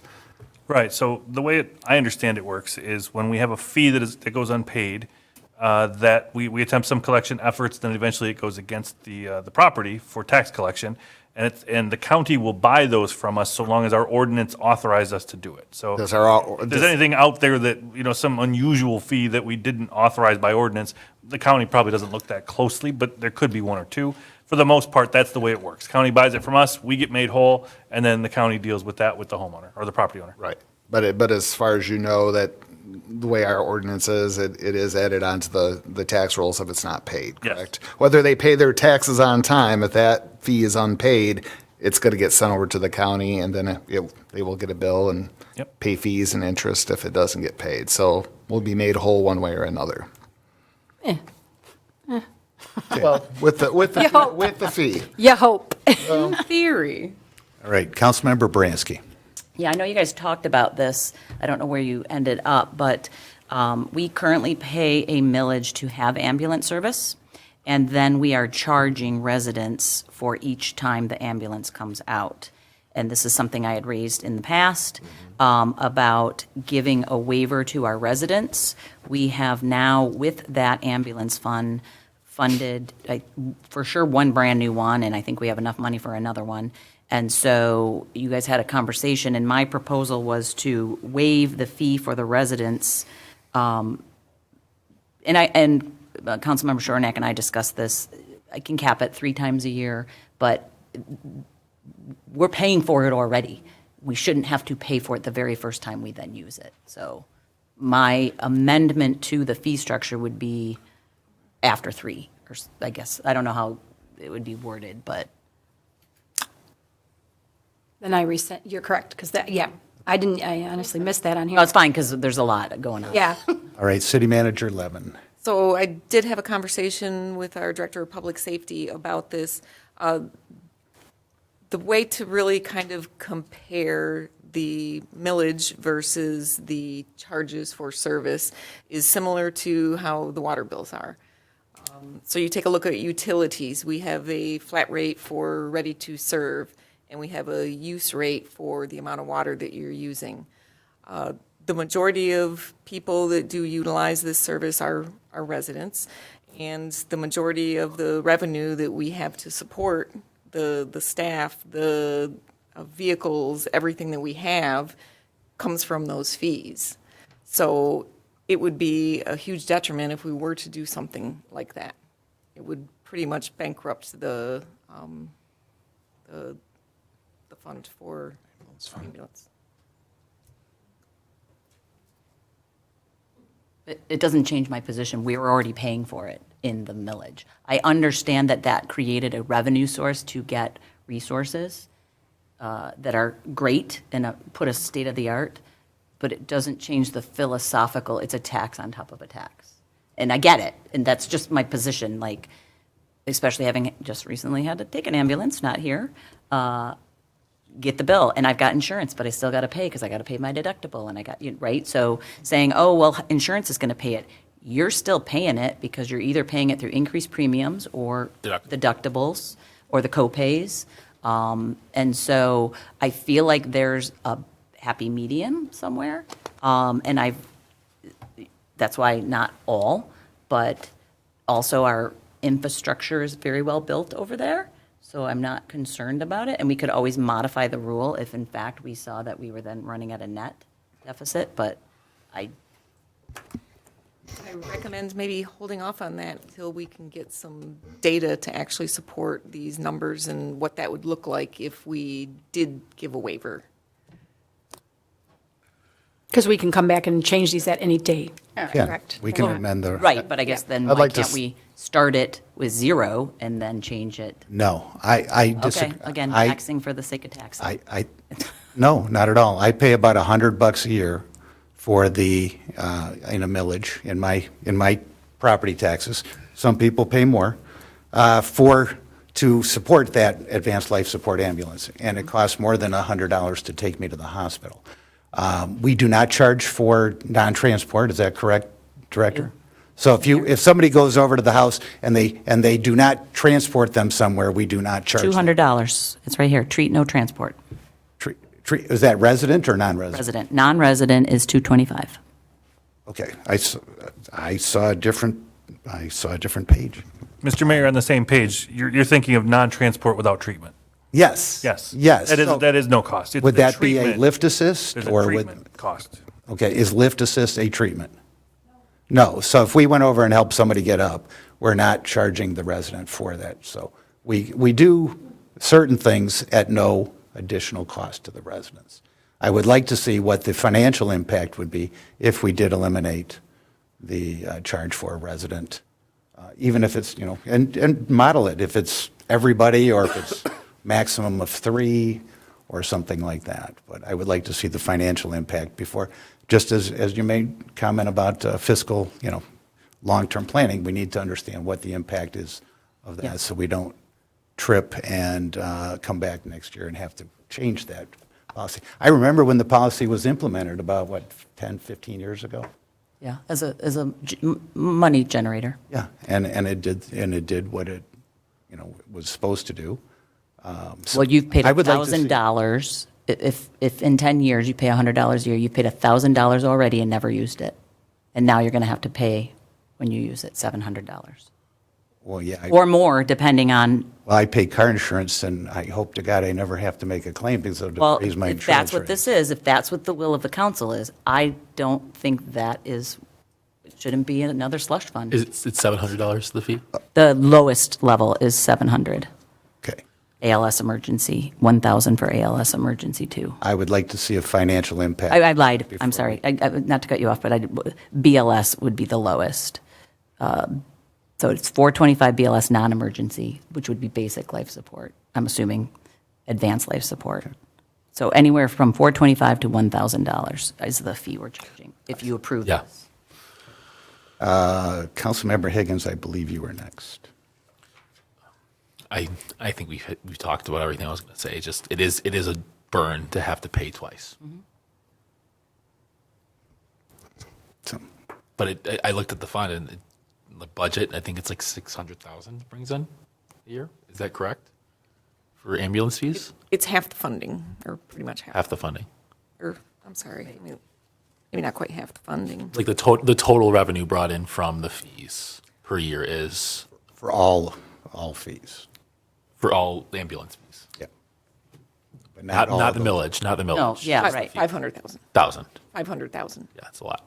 Yeah. And that's out of the 1.2 Right, revenue. so less than half.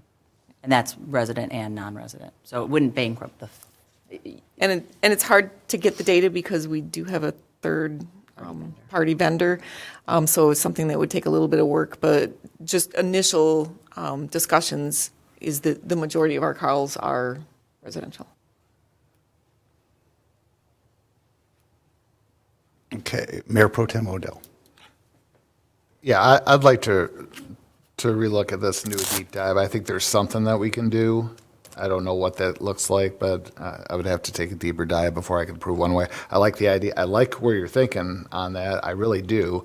I just got to make the numbers work to substantiate it. Because even if it becomes revenue neutral, you still got to buy an ambulance every 7 to 10 years or life-saving equipment. Then there's a cost there that has to be recouped, or else you're not really paying for it. So I think we should. I'd like to table that and come back to that portion of it in the next month or two with a little bit more in depth and see if there is something we can do. Because I wouldn't be opposed to it as long as the numbers are right. It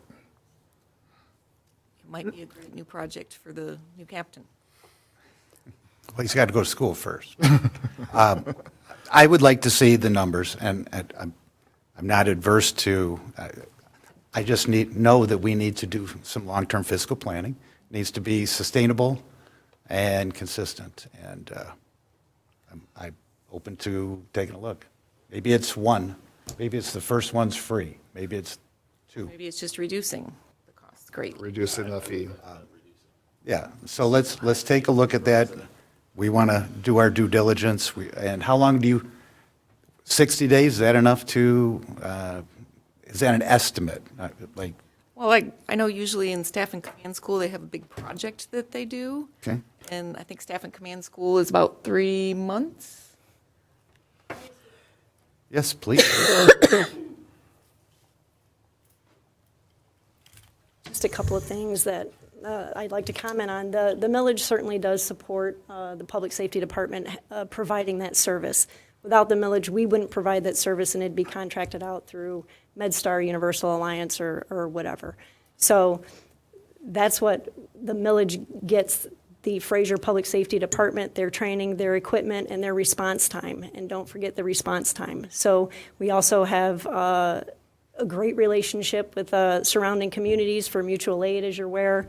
And if we are contracting an ambulance, which certainly is an option for the city, then we go on their response times. And there may be a rig in the city, there may not be. And I would just suggest that we're at risk of increasing response times, and we also give up that mutual aid option through other cities. If we're not providing it, we're not receiving it because we have a contract. So that's a large part of what the millage is for. It's to support the Fraser DPS in providing the service in-house right here in our city with our people, our training, and our equipment. The fees that are related are the fees that will be incurred by anybody regardless of whatever service is provided. So if you call MedStar, certainly you're not paying the millage, whatever your portion of the millage would be. But again, you risk people from other communities coming in here, provided the service when they get here. And so you're still going to get that bill for $700 for a transport fee. I would argue that they will probably be a little bit higher. I don't know that for sure, so I don't want to speak out of turn on that. But the transport fees and all the fees that are associated with our EMS provision, the fact that we provide that, are in line with most of these Macomb County agencies. I did reach out to our billing company in light of the conversation before, and I actually asked if she would be present today, if she were able to do that. She's out of town today and tomorrow, but she certainly expressed a willingness to come here and talk to the council and give a little deeper dive and even a presentation on the fees, why we have them, how they're distributed, resident versus non-resident, just so that you have a more informed, data to make a decision. But it certainly would be impactful. Most of our residents are Medicare, or most of them are Medicare billing, and most of them are residents. So it certainly would be impactful. And she will be able to explain how much of that money goes to Medicare. So what happens is they bill the insurance company like you would anything else. And to what you said, Ms. Bransky, certainly they're responsible for co-pays or whatever. So yes, it's still Medicare, Medicaid, Blue Cross. I mean, that's all private insurance or government insurance, but insurance and whatever people's deductibles are is what they're paying for out of pocket. There are people that have nothing, and then they certainly are responsible for the whole bill. And some of those are residents, some are non-residents. So I just wanted you to know that I did reach out to this company and ask them to give you a little more informed information so that you could actually see what the collections are and what the impact of reducing or eliminating these transport fees would be. I look forward to hearing more about that. We've got some lights. I think Councilmember Shornack is next, then Higgins, then Bransky. I just want to be very specific in the information that I'm looking for with regards to that. So if they can break down the ALS emergency through the BLS non-emergency, for resident and non-resident, like if they can give us just hard numbers about how many are residents, how many are non-residents, even if they have like people who are often calling, that kind of thing. I just think if you break it down by that, telling us how many runs of each one there are, and whether they're resident or non-resident, that gives us a good basis for where the numbers come from. I think that would be very helpful as far as deciding on whether or not to keep these fees as they are, for me anyway. Okay. Councilmember Higgins. It dawned on me that I think we might be glossing over a detail here, which is that not every resident is paying the millage. Because there are people who live in Fraser who don't get a property tax bill, because not everyone owns a home. So if we're going to say you shouldn't have to pay a fee because you're already paying the millage, there is a not insignificant percentage of the population that does not pay a property tax bill. And I would bet, because we're senior apartments, and how many of our runs are the senior apartments, and those are rentals, right? Mm-hmm. That those people are not paying a millage. So, A fair consideration. yeah, I realize, we should remember that fact. I will say that my information is that most of our calls are Medicare patients. Medicare patients. Councilmember Bransky. So in your analysis, in terms of whoever's going to end up, so two things. This is not the first budget session that I've brought this up. It's not the second budget session that I've brought it up. And each time I'm given the same response of, yes, let's look into it. Yes, let's look into it.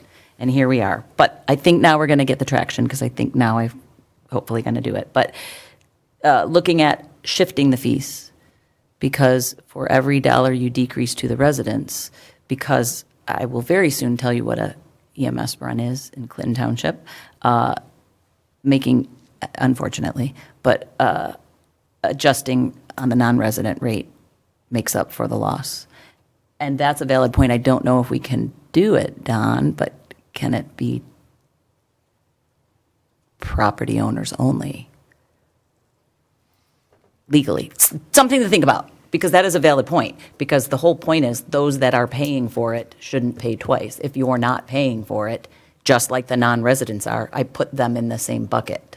So renters are Right. non-resident. Well, renters certainly pay property taxes Right. through their rent. They homeowner, I mean, the property owner is paying the millage, and that millage is assessed to every property in the city, including businesses. But they're not literally paying it themselves. I understand. Well, what sure, you're they're saying. paying it through their rent. They're paying it through their rent. Property. Yeah. Right. Yeah, just like property, rental Right. properties pay an 18 mil school tax that's non-homestead tax for schools. So they actually pay more in property taxes. That goes to the schools, but certainly, and I've heard that, in terms of the senior apartments, we do not tax ourselves because we own that property. So that is not a millage. There's no millage generated through that building. I don't know what we do with Fraser Woods. That's a nonprofit as well, but we may get pilot from that or payment in lieu of taxes. I don't know. So things to look into. as part Yeah, of the yeah, analysis. we got to look at the whole picture and make an informed decision. I'm in favor of, I'm going to hold you to it. yeah, well, I'm not doing any of the numbers. So, I'm going to gotta hold you the- to holding them accountable. So that's that. So where are we at? P33. Okay, we have a motion by Mayor Pro Tem Odell. No, we are on We already the did fee that. schedule. We already did schedule. PA 33. Yes, thank you. We got lost there. Don't sell I do us have back one- in time. Oh, the bouncing ball boys. I do have a icebreaker here, question for council, or City Clerk Gitschlag. I Yes, saw that we have an amusement device fee. I thought we got rid of that. it's just a lingering, yes, we did get rid of the amusement device. Okay, I so didn't realize wasn't- it was still in there. I thought we was took an it out last artifact. year. It is so- in there. Yeah, I thought we took it out last year. Yeah, We should okay. change the name of that device. So, Okay, all so right. I'm gonna- So will that be going away? Yes, But it's in your fee schedule. Can you just excise that? absolutely. It'll never be used, yeah, we can just take it out. So it's the Good Scrivener's catch. error? I thought it was out last year, so. Yeah, I did too, so, but that was minor, but you were very proud of that. Very proud. All right, all right, so we have a, I was going to rescind my motion and restate it, so I wanted to throw that out there. please do. Yeah, but she's got to rescind her second. I rescind my second. Thank you. All right, please. So I would make the motion to approve the fee schedule based on a 60-day review of the ambulance charges As presented. minus, obviously, the amusement thing. Sure, I'll add that in, thank you. Yeah.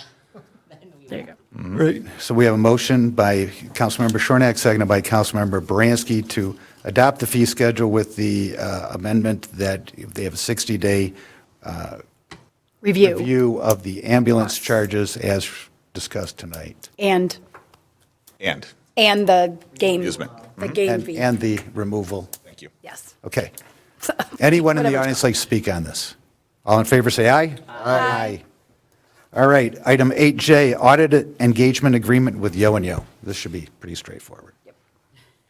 I'd like to make a motion I to was just approve thinking, the can I just make a audit mo- yeah, I was just agreement thinking- with Yo and Yo in the amount of $66,000 and change. Second.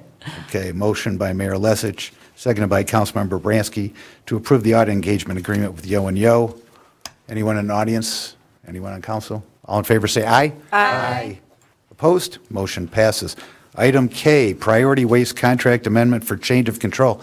City Attorney Denault, I'm going to let you take this one tonight because I have questions. Fantastic, thank you. So if you've taken a quick look at your packet, or you've heard in the news, or listened to any of the stories, Priority Waste has been troubled by some financial issues. I won't speak to any opinions on whether there was mismanagement or issues with their chief executive, but that's what all the word on the street seems to be.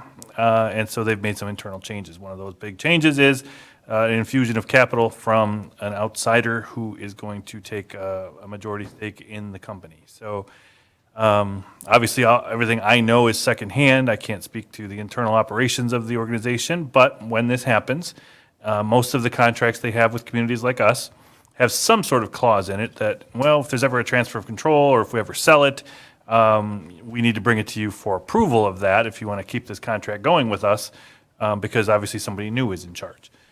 So that's what we're here tonight to talk about and take action on. This particular infusion of capital or change in ownership is not expected to change any operations, not expected to modify the contract any other way. And the way Fraser's contract currently works is we cannot unreasonably refuse the request to allow them to continue forward. So we would need pretty good cause or good reason if we were to decide that, nope, we don't accept that this change is happening, and we don't accept that you do that in our community. We expect priority waste to continue without a change, and if you don't, we're going to go elsewhere. That would be very hard for us to do, I think, based on our contract, unless we have good cause. So that's sort of the Cliff Notes nutshell version of what I know. Some of my information comes from talking directly to one of their in-house lawyers. Some of it's just obviously what's out in the world. Some of it's from what I know from another community that also has approved the change. So that's this is the long and the short of it.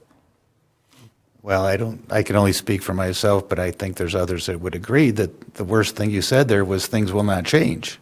Right. And because I know Clinton Township had some issues or concerns about not approving this as perhaps a leverage for improvement or promised improvements.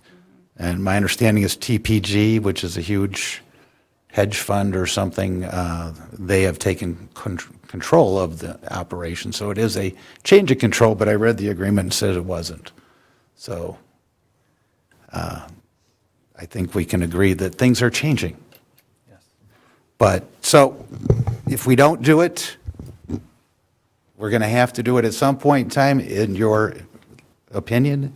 In my opinion, if we don't do it, absolutely, I mean, if we have cause, that's a different issue.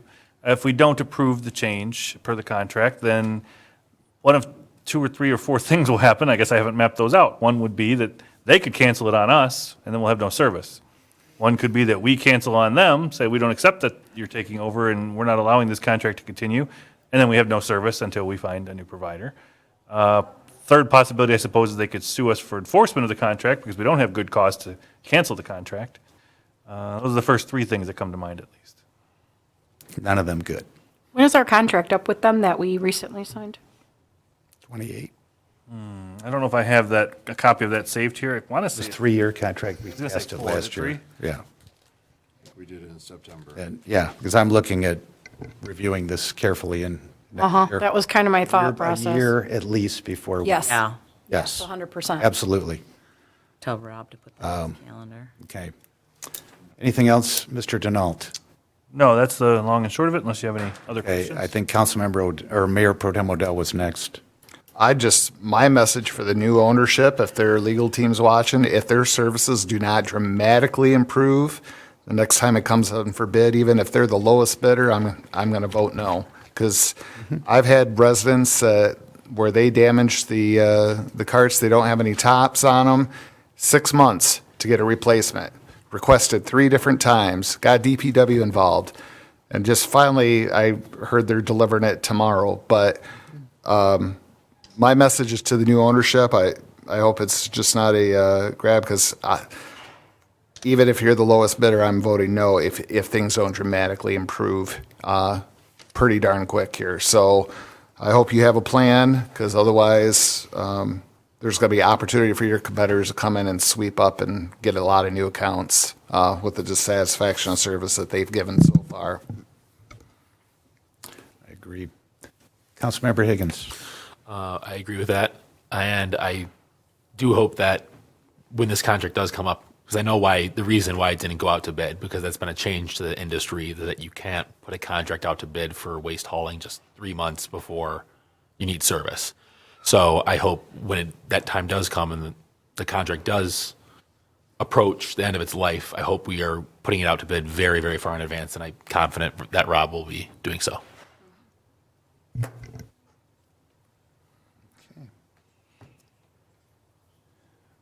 Well, let's tear the Band-Aid off, because we don't really have a choice from what it sounds like Don says. So I, unfortunately, will be making a motion for priority waste contract amendment for the change of control to pass. I unfortunately second it. Okay, we have an unfortunate motion by Councilmember Shornack and an unfortunate second by Mayor Pro Tem Odell to approve the change of control amendment with priority waste. Anyone in the audience like to speak on this? Seeing none, all in favor say aye. Aye. Opposed? Motion passes. Thank you. Hope it doesn't get worse. All right, item number 8L, Resolution 2026-007, Shipping Container Moratorium, 1-year extension. Councilmember Shornack. I would like to make a motion to, to continue the resolution of 2026-007 shipping container moratorium for one more year extension. Second. Oh, okay, we have a motion by Councilmember Shornack, second by Mayor Lesich. Councilmember Higgins. Are there a lot of these in Fraser? Was there something that sparked this originally? Because this predates me being on council. Thank Yeah, you. giggles. So there was a resident inquiry into the option of getting one. At that time, we didn't have anything in our ordinance, and within the time frame of the last 2 years, when we had a moratorium, we started working on our zoning ordinance. We're nearing completion of the zoning ordinance. The zoning ordinance does have a prohibition on shipping containers as permanent structures. So that's where we're at with that. So So it was one person trying to get one. one person was, I think, inquiring about it. I don't know if they were necessarily trying to get one. With the zoning ordinance coming likely before council in either June or July, this moratorium upon approval of the zoning ordinance would expire. So it's 12 months or approval of the zoning ordinance, whichever is first. Can I, oh, I don't want to interrupt. Can I ask what was he or she wanting it for? Like, is it for like a shed? Is it a building, like to live in? Because I know you can make homes out of it. I don't have any of that information. This was something 2 years ago, and someone that had just come to the, I think, building department inquiring about them.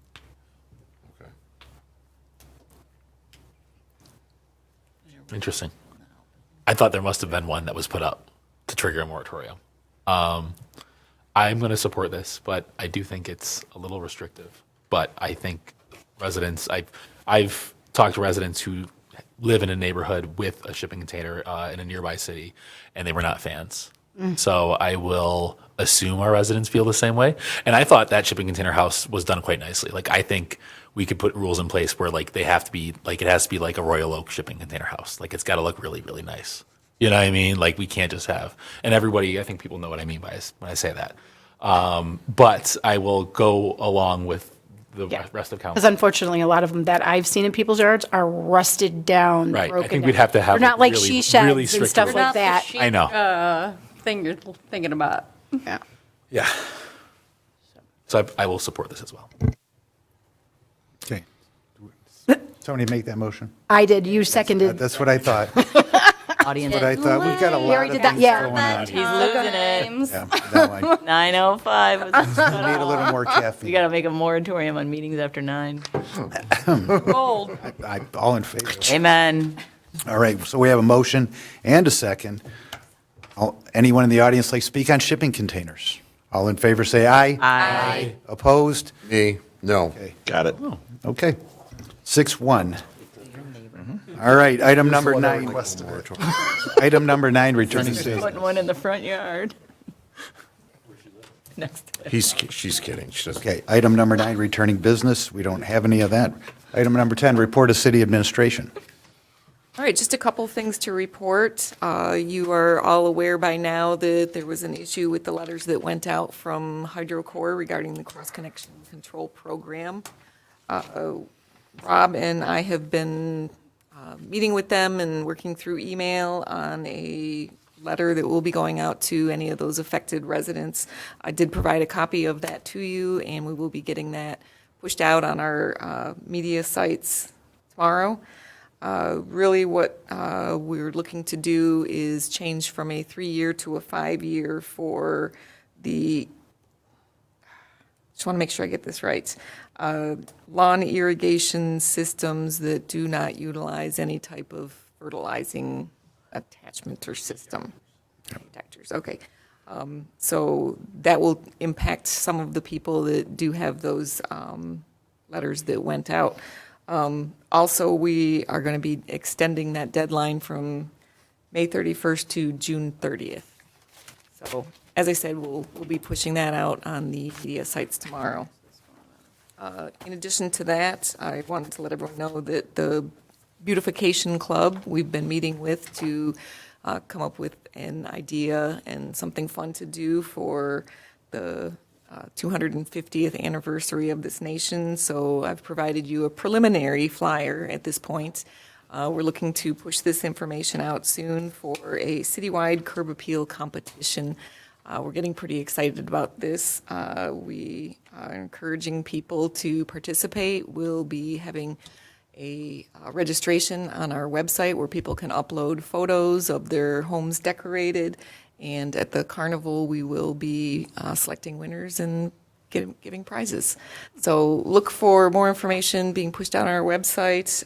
We're looking to have this program running from June 1st to July 12th, so it gives people plenty of time to be patriotic and get their yards decorated.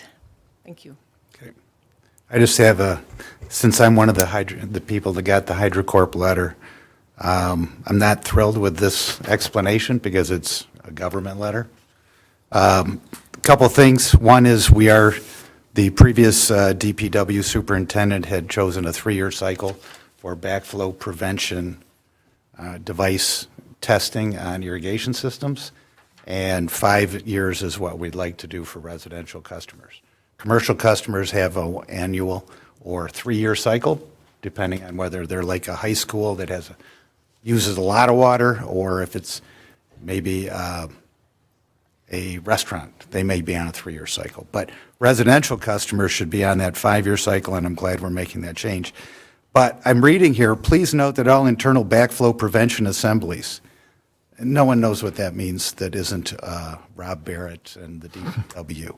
So is that for like boilers and water-based sump pumps? Can we just put in plain English that if you were tested 3 years ago, your cycle is now extended 5 years, and if you haven't been tested and you got a letter, you have to comply, because right now it says the compliance deadline for all required backflow testing has been extended from May 31st. But I can just say, if I post this, I'm going to get a lot of questions as, does this apply to me? Because I was tested in 2023. And there was, I think. Good evening, Mayor. I appreciate your point. We batted back and forth a lot of that language, and unfortunately, late this afternoon, we approved for HydroCorp to set that out as read. But for clarification, you are correct. The internal backflow preventers are primarily for sump pumps, and those need to be tested every year. Okay. And boilers, if they have boilers too. So if I were to take this and put it into plain English before I post it out on social media, can I run it by you to ensure that I'm consistent with what this letter means? Absolutely. Our intent in our social media is to simplify that and put some bullet points, but clearly explain what the changes are and what happened. Thank you. I appreciate that. All right. Any other questions about that? I'll just say that I also got a notice, called someone yesterday, they came out today, $100, 15 minutes, done. So fortunately, there is a gentleman who's doing it in Fraser, certified, been doing it for 20 years. He said Grosse Point's going crazy right now because they have the same state requirement. So the only saving grace is it's an easy fix, but I did the same thing. I picked up the letter and said, 2 weeks, and then remembered it was the state government, not the City of Fraser, even though the City of Fraser's name's on it, it's not the City of Fraser. But it is fortunately, just like the first one with the spigots, a quick and easy fix if your system is compliant. And if not, they were great at explaining it and walking you through what you need to do and all of that. So there are easily accessible certified plumbers to do the work going through the city right now. But you didn't need to. No, I did. I got the letter. I didn't have to do any repair work. My system. If you were tested 3 years ago, like I was. What? My irrigation system was not tested 3 years ago. Okay, it was not tested 3 years. Okay. No. I got the test. I got the whole test, including the irrigation. Yeah, I just had my spigots tested about 5 months ago, and then I got the letter saying now. Okay, so yours was. You Not all were of us on the can second or third year automatic. cycle. Yep. I got mine first year, and then there were several hundred of us that had to do that in that first year. So, if you were tested 3 years ago for your irrigation system, That is now going to be 2 years from now, correct? Okay. I think it's because a lot of people are very confused about it, especially up in my section. I'm sure if they call the city, they'll tell them exactly what they need. Well, yes, but I'd like to reduce those number of calls by making it clear as many venues as we can. What about the people that got the notice and didn't get checked? That's what you're welcome. True. And I know how they handle that. I'll tell you later. All right, report of mayor and city council. Let's go with Councilmember Fletcher. I got nothing to report. So, yeah, that's about it. Thanks, guys. Okay. Councilmember Baranski. Yep. Sorry to the residents that I was not able to attend the last meeting. I had a personal situation, but I was paying attention, watching it, watching it as you all were watching it. And otherwise, thanks everyone for the assistance in getting me the information to the city administration so that I could stay current. And thanks to the council members for reaching out and keeping me apprised of the situation. Great. Thank you. Councilmember Perry. Nothing other than Happy Memorial Day, everybody. Have a good weekend. Okay. Councilmember Shornack. Yes, a couple things. Well, I was going to actually say Happy Memorial Day too, but be safe. Hopefully the weather will actually kick into summer sometime soon. I don't know about anybody else, but I'm really sick of the weather whiplash. It's extended. I did notice that there are 2 openings for the Historical Commission, and I don't know if you're going to... Well, I figure you can talk about the other thing. Oh, now there's 3? Well, okay, well, now there's 3. So just reminding people, if you want to get out and get active in the community, that's a nice way to start. They are a very active group, and they very much care about the history of our city. So definitely get out there and apply. And then I wanted to ask that, I was speaking to somebody on the ZBA, and it occurs to me that we have not had an RFP for planners for quite some time, and their contract, I believe, is coming up soon. So I would like to say that I would like an RFP because we haven't done one in a long time for planners, for the city planners, and I was hoping council would agree to go out for an RFP for our planners because I think we should be shopping around all the time, every couple of years anyway, and before it's due. So I don't have any issue with always making sure we have the best. Okay, so if we can get that started, because I know their contract's coming up and I don't want to, all of a sudden, like we did with the waste management, oh, well, here it is. I don't want to have to do that again. So I would just rather know. And I know you had a list of when contracts were up and stuff like that. Can we get that yearly? Here's the ones, this one's not due for 2 years, this one's not due for 3 years, so that if we want to start planning that we want to get RFPs, we're way ahead of the schedule, and that way we're kind of on top of it. Yep. I just think that would be super helpful. One item of clarification, so we contract with McKenna for planning. They're also our building. Would that be both or just? How is it contracted? Are they Is it one separate? contract for both, or is it 2 separate? And maybe look into it and then. Yeah, if you could one, just, that's yeah, fine. exactly. I mean, either or, both ways, because I just think it would be smarter for us to start looking at those contracts now. So is that a request to have that on next month? I am would requesting idea. that we put an RFP on there for next. Or at least a discussion of Right. creating one and Yeah, so you can- finding out what the deal. And then also getting the yearly, because I know we did for a very short time, for 2 years, we got an update of here's all the contracts, here's when they're going to renew, here's how long they are. I think getting that once a year, and I think probably around June is probably a good time to get that every year. I believe I sent it out this year with the first budget, Did you really? Okay, I'll look through my documents again. Okay, one of the attachments. okay, I'll look through that. But yeah, that's helpful. I think that'd be a really helpful thing, so. Okay, All set? yep. All right, Mayor Pro Tem Odell. Just like to congratulate all the fame winners last week that were at the Vintage House.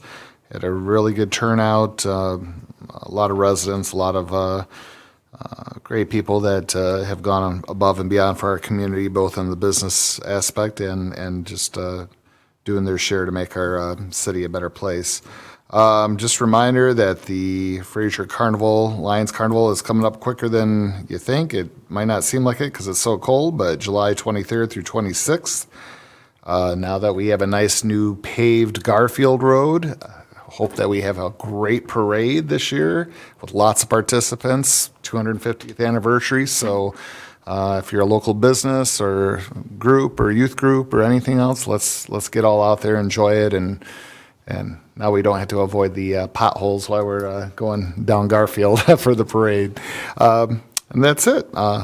Everybody have a good Memorial Day. Thank you. Okay. Councilmember Higgins. Also hoping everybody has a plan to, enjoy a parade over Memorial Day and honor those who have served and those who gave their lives.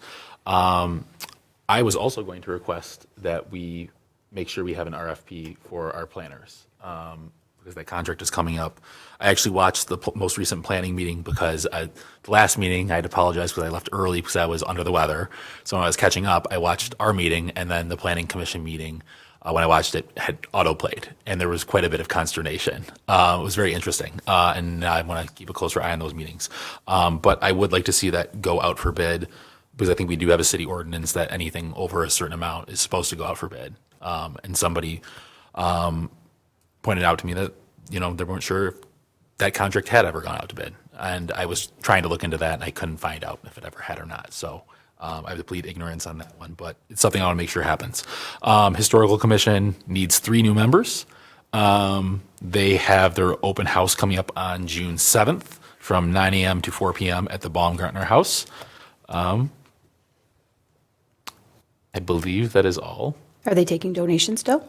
They are taking donations, I'm sure. I'm sure they're taking donations. She has it. If you have a good plant, I have it memorized. If you have some plants that you want to get rid of, they'll sell your plants. Only certain kinds of plants, though. Not all your house plants.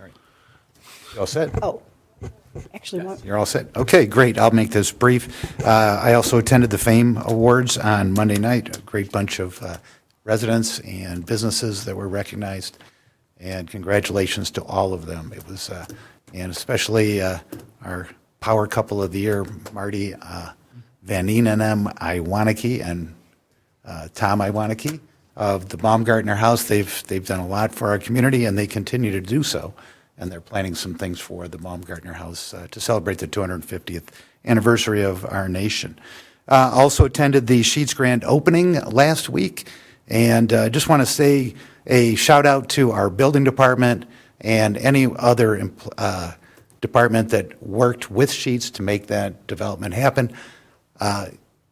It was unusual in that when I was there, I had contractors, people that were proud of the building they had just built, come up to me and thank me personally and say, your building department was phenomenal. They worked with us. They made things work. Bob was great. I'd just like to say thank you for all of that. That's what makes the city better. That's what helps drive economic development, and I appreciate it. HydroCorp,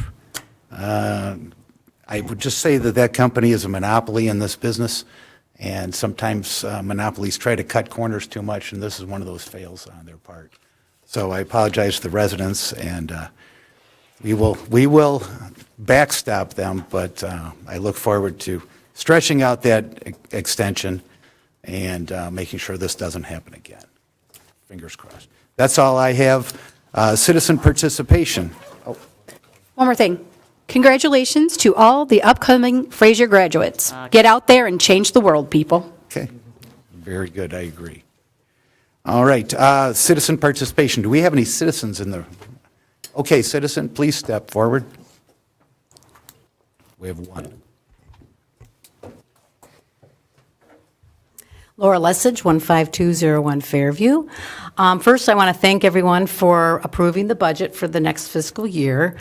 But I didn't, I don't know what the plan is with the 500,000 for OPEB, because no motion was made, so I think that's, I don't know what's going to happen there. As far as representing the Fraser First Booster Club, I want to thank everyone that came out to support the Trample the Trail event that was on Saturday, April 18th. We want to especially thank Winkler Iron and Metal for sponsoring that event and providing dumpsters for people to bring their metal in, and giving Fraser First all the proceeds for that. as well as I want to thank all the people, because of the rain, they still walked the almost mile trail around the park to get a feel of what that could be like if we do reinvent that park and have a walking path around it. So that was our intent. So thanks everyone for that. The Fraser First Booster Club has put in troll doors at McKinley Park, and we want to thank Dave Brown of Cousino High School. He's a Fraser resident. He's also the art director there, and his students made all the troll doors, and that will be in the park for at least another week. So go check out all the different doors that we have out there. Our next meeting is, for Fraser First, is next Wednesday, May 20th at 6:30 at Hanover Grove. I want to thank Hanover Grove for always opening up their doors for us. The Fraser Beautification Club. I just want to say this club started in 2023, and it has grown so much. They are doing so much with that group, and we want to thank the city and DPW for partnering with us on all the different events. So let me just kind of get a rundown here. They were at the Vendor Market Club, or Market Day, this past Saturday, and sold many plants that were donated by club members, and whatever plants they didn't sell will be going to the Baumgartner House plant sale.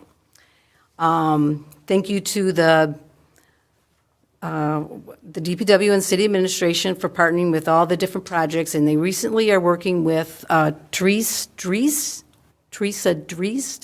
who's part of the club, and she's working on her master gardening certificate. And they proposed a rain garden in McKinley Park, which this week DPW prepared the area, which is right next to like the south side of the sensory garden. And planting will begin on next Thursday, the 21st of May. So if anybody wants to come out and help plant plants in the rain garden area, they're going to start at 10 in the morning, rain or shine, I think. Thanks to the generous donations from Hanover Go Cooperative, Pam Pitts, Vanya Apps, and Vicki Golters for this project. A lot of their donations will be put towards the plants that we put in that area. We want to thank Chris Cook, who's on the Rec Commission as well. She got a grant from the Keep Michigan Beautiful organization to expand the Senior Activity Center community garden.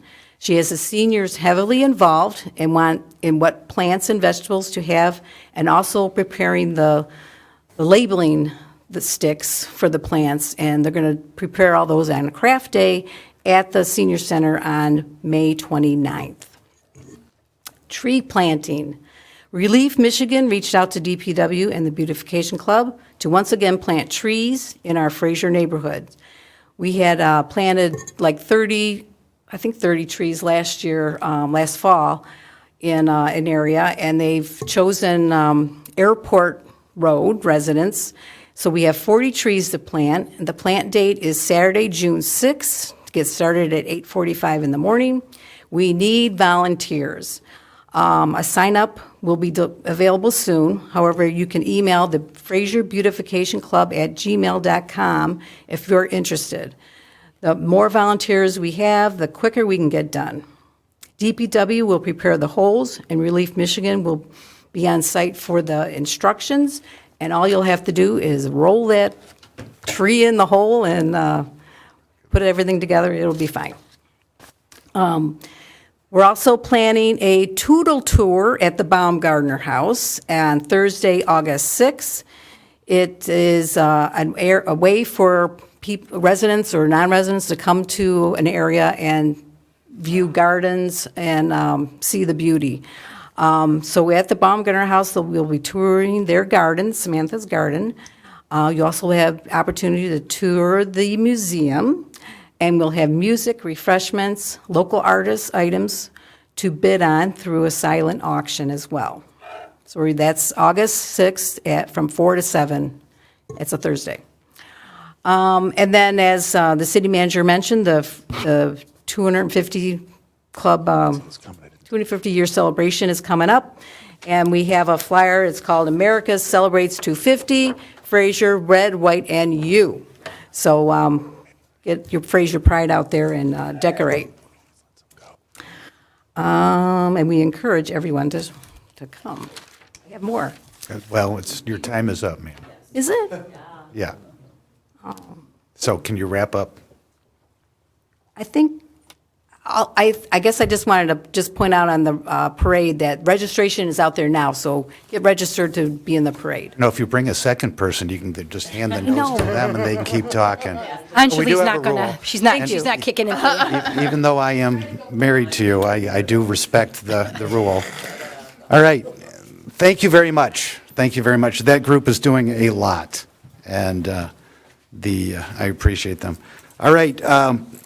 Next thing is item number 13, closed session. I will make a motion to go into closed session and consult with the city attorney to consider written legal opinions exempt from discussion or disclosure. Second.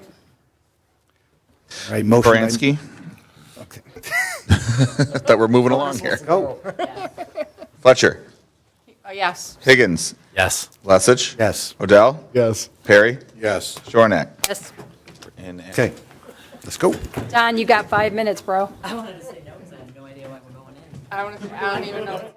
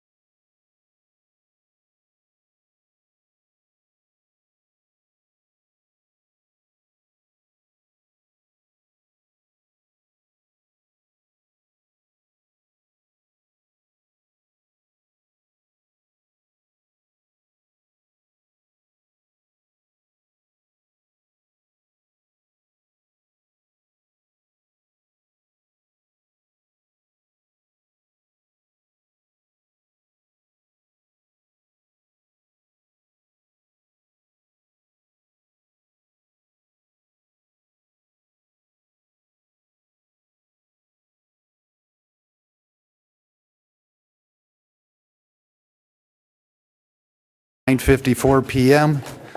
Councilmember Baranski. Yes, I'd like to make a motion to authorize the city manager, or I'm sorry, the city council.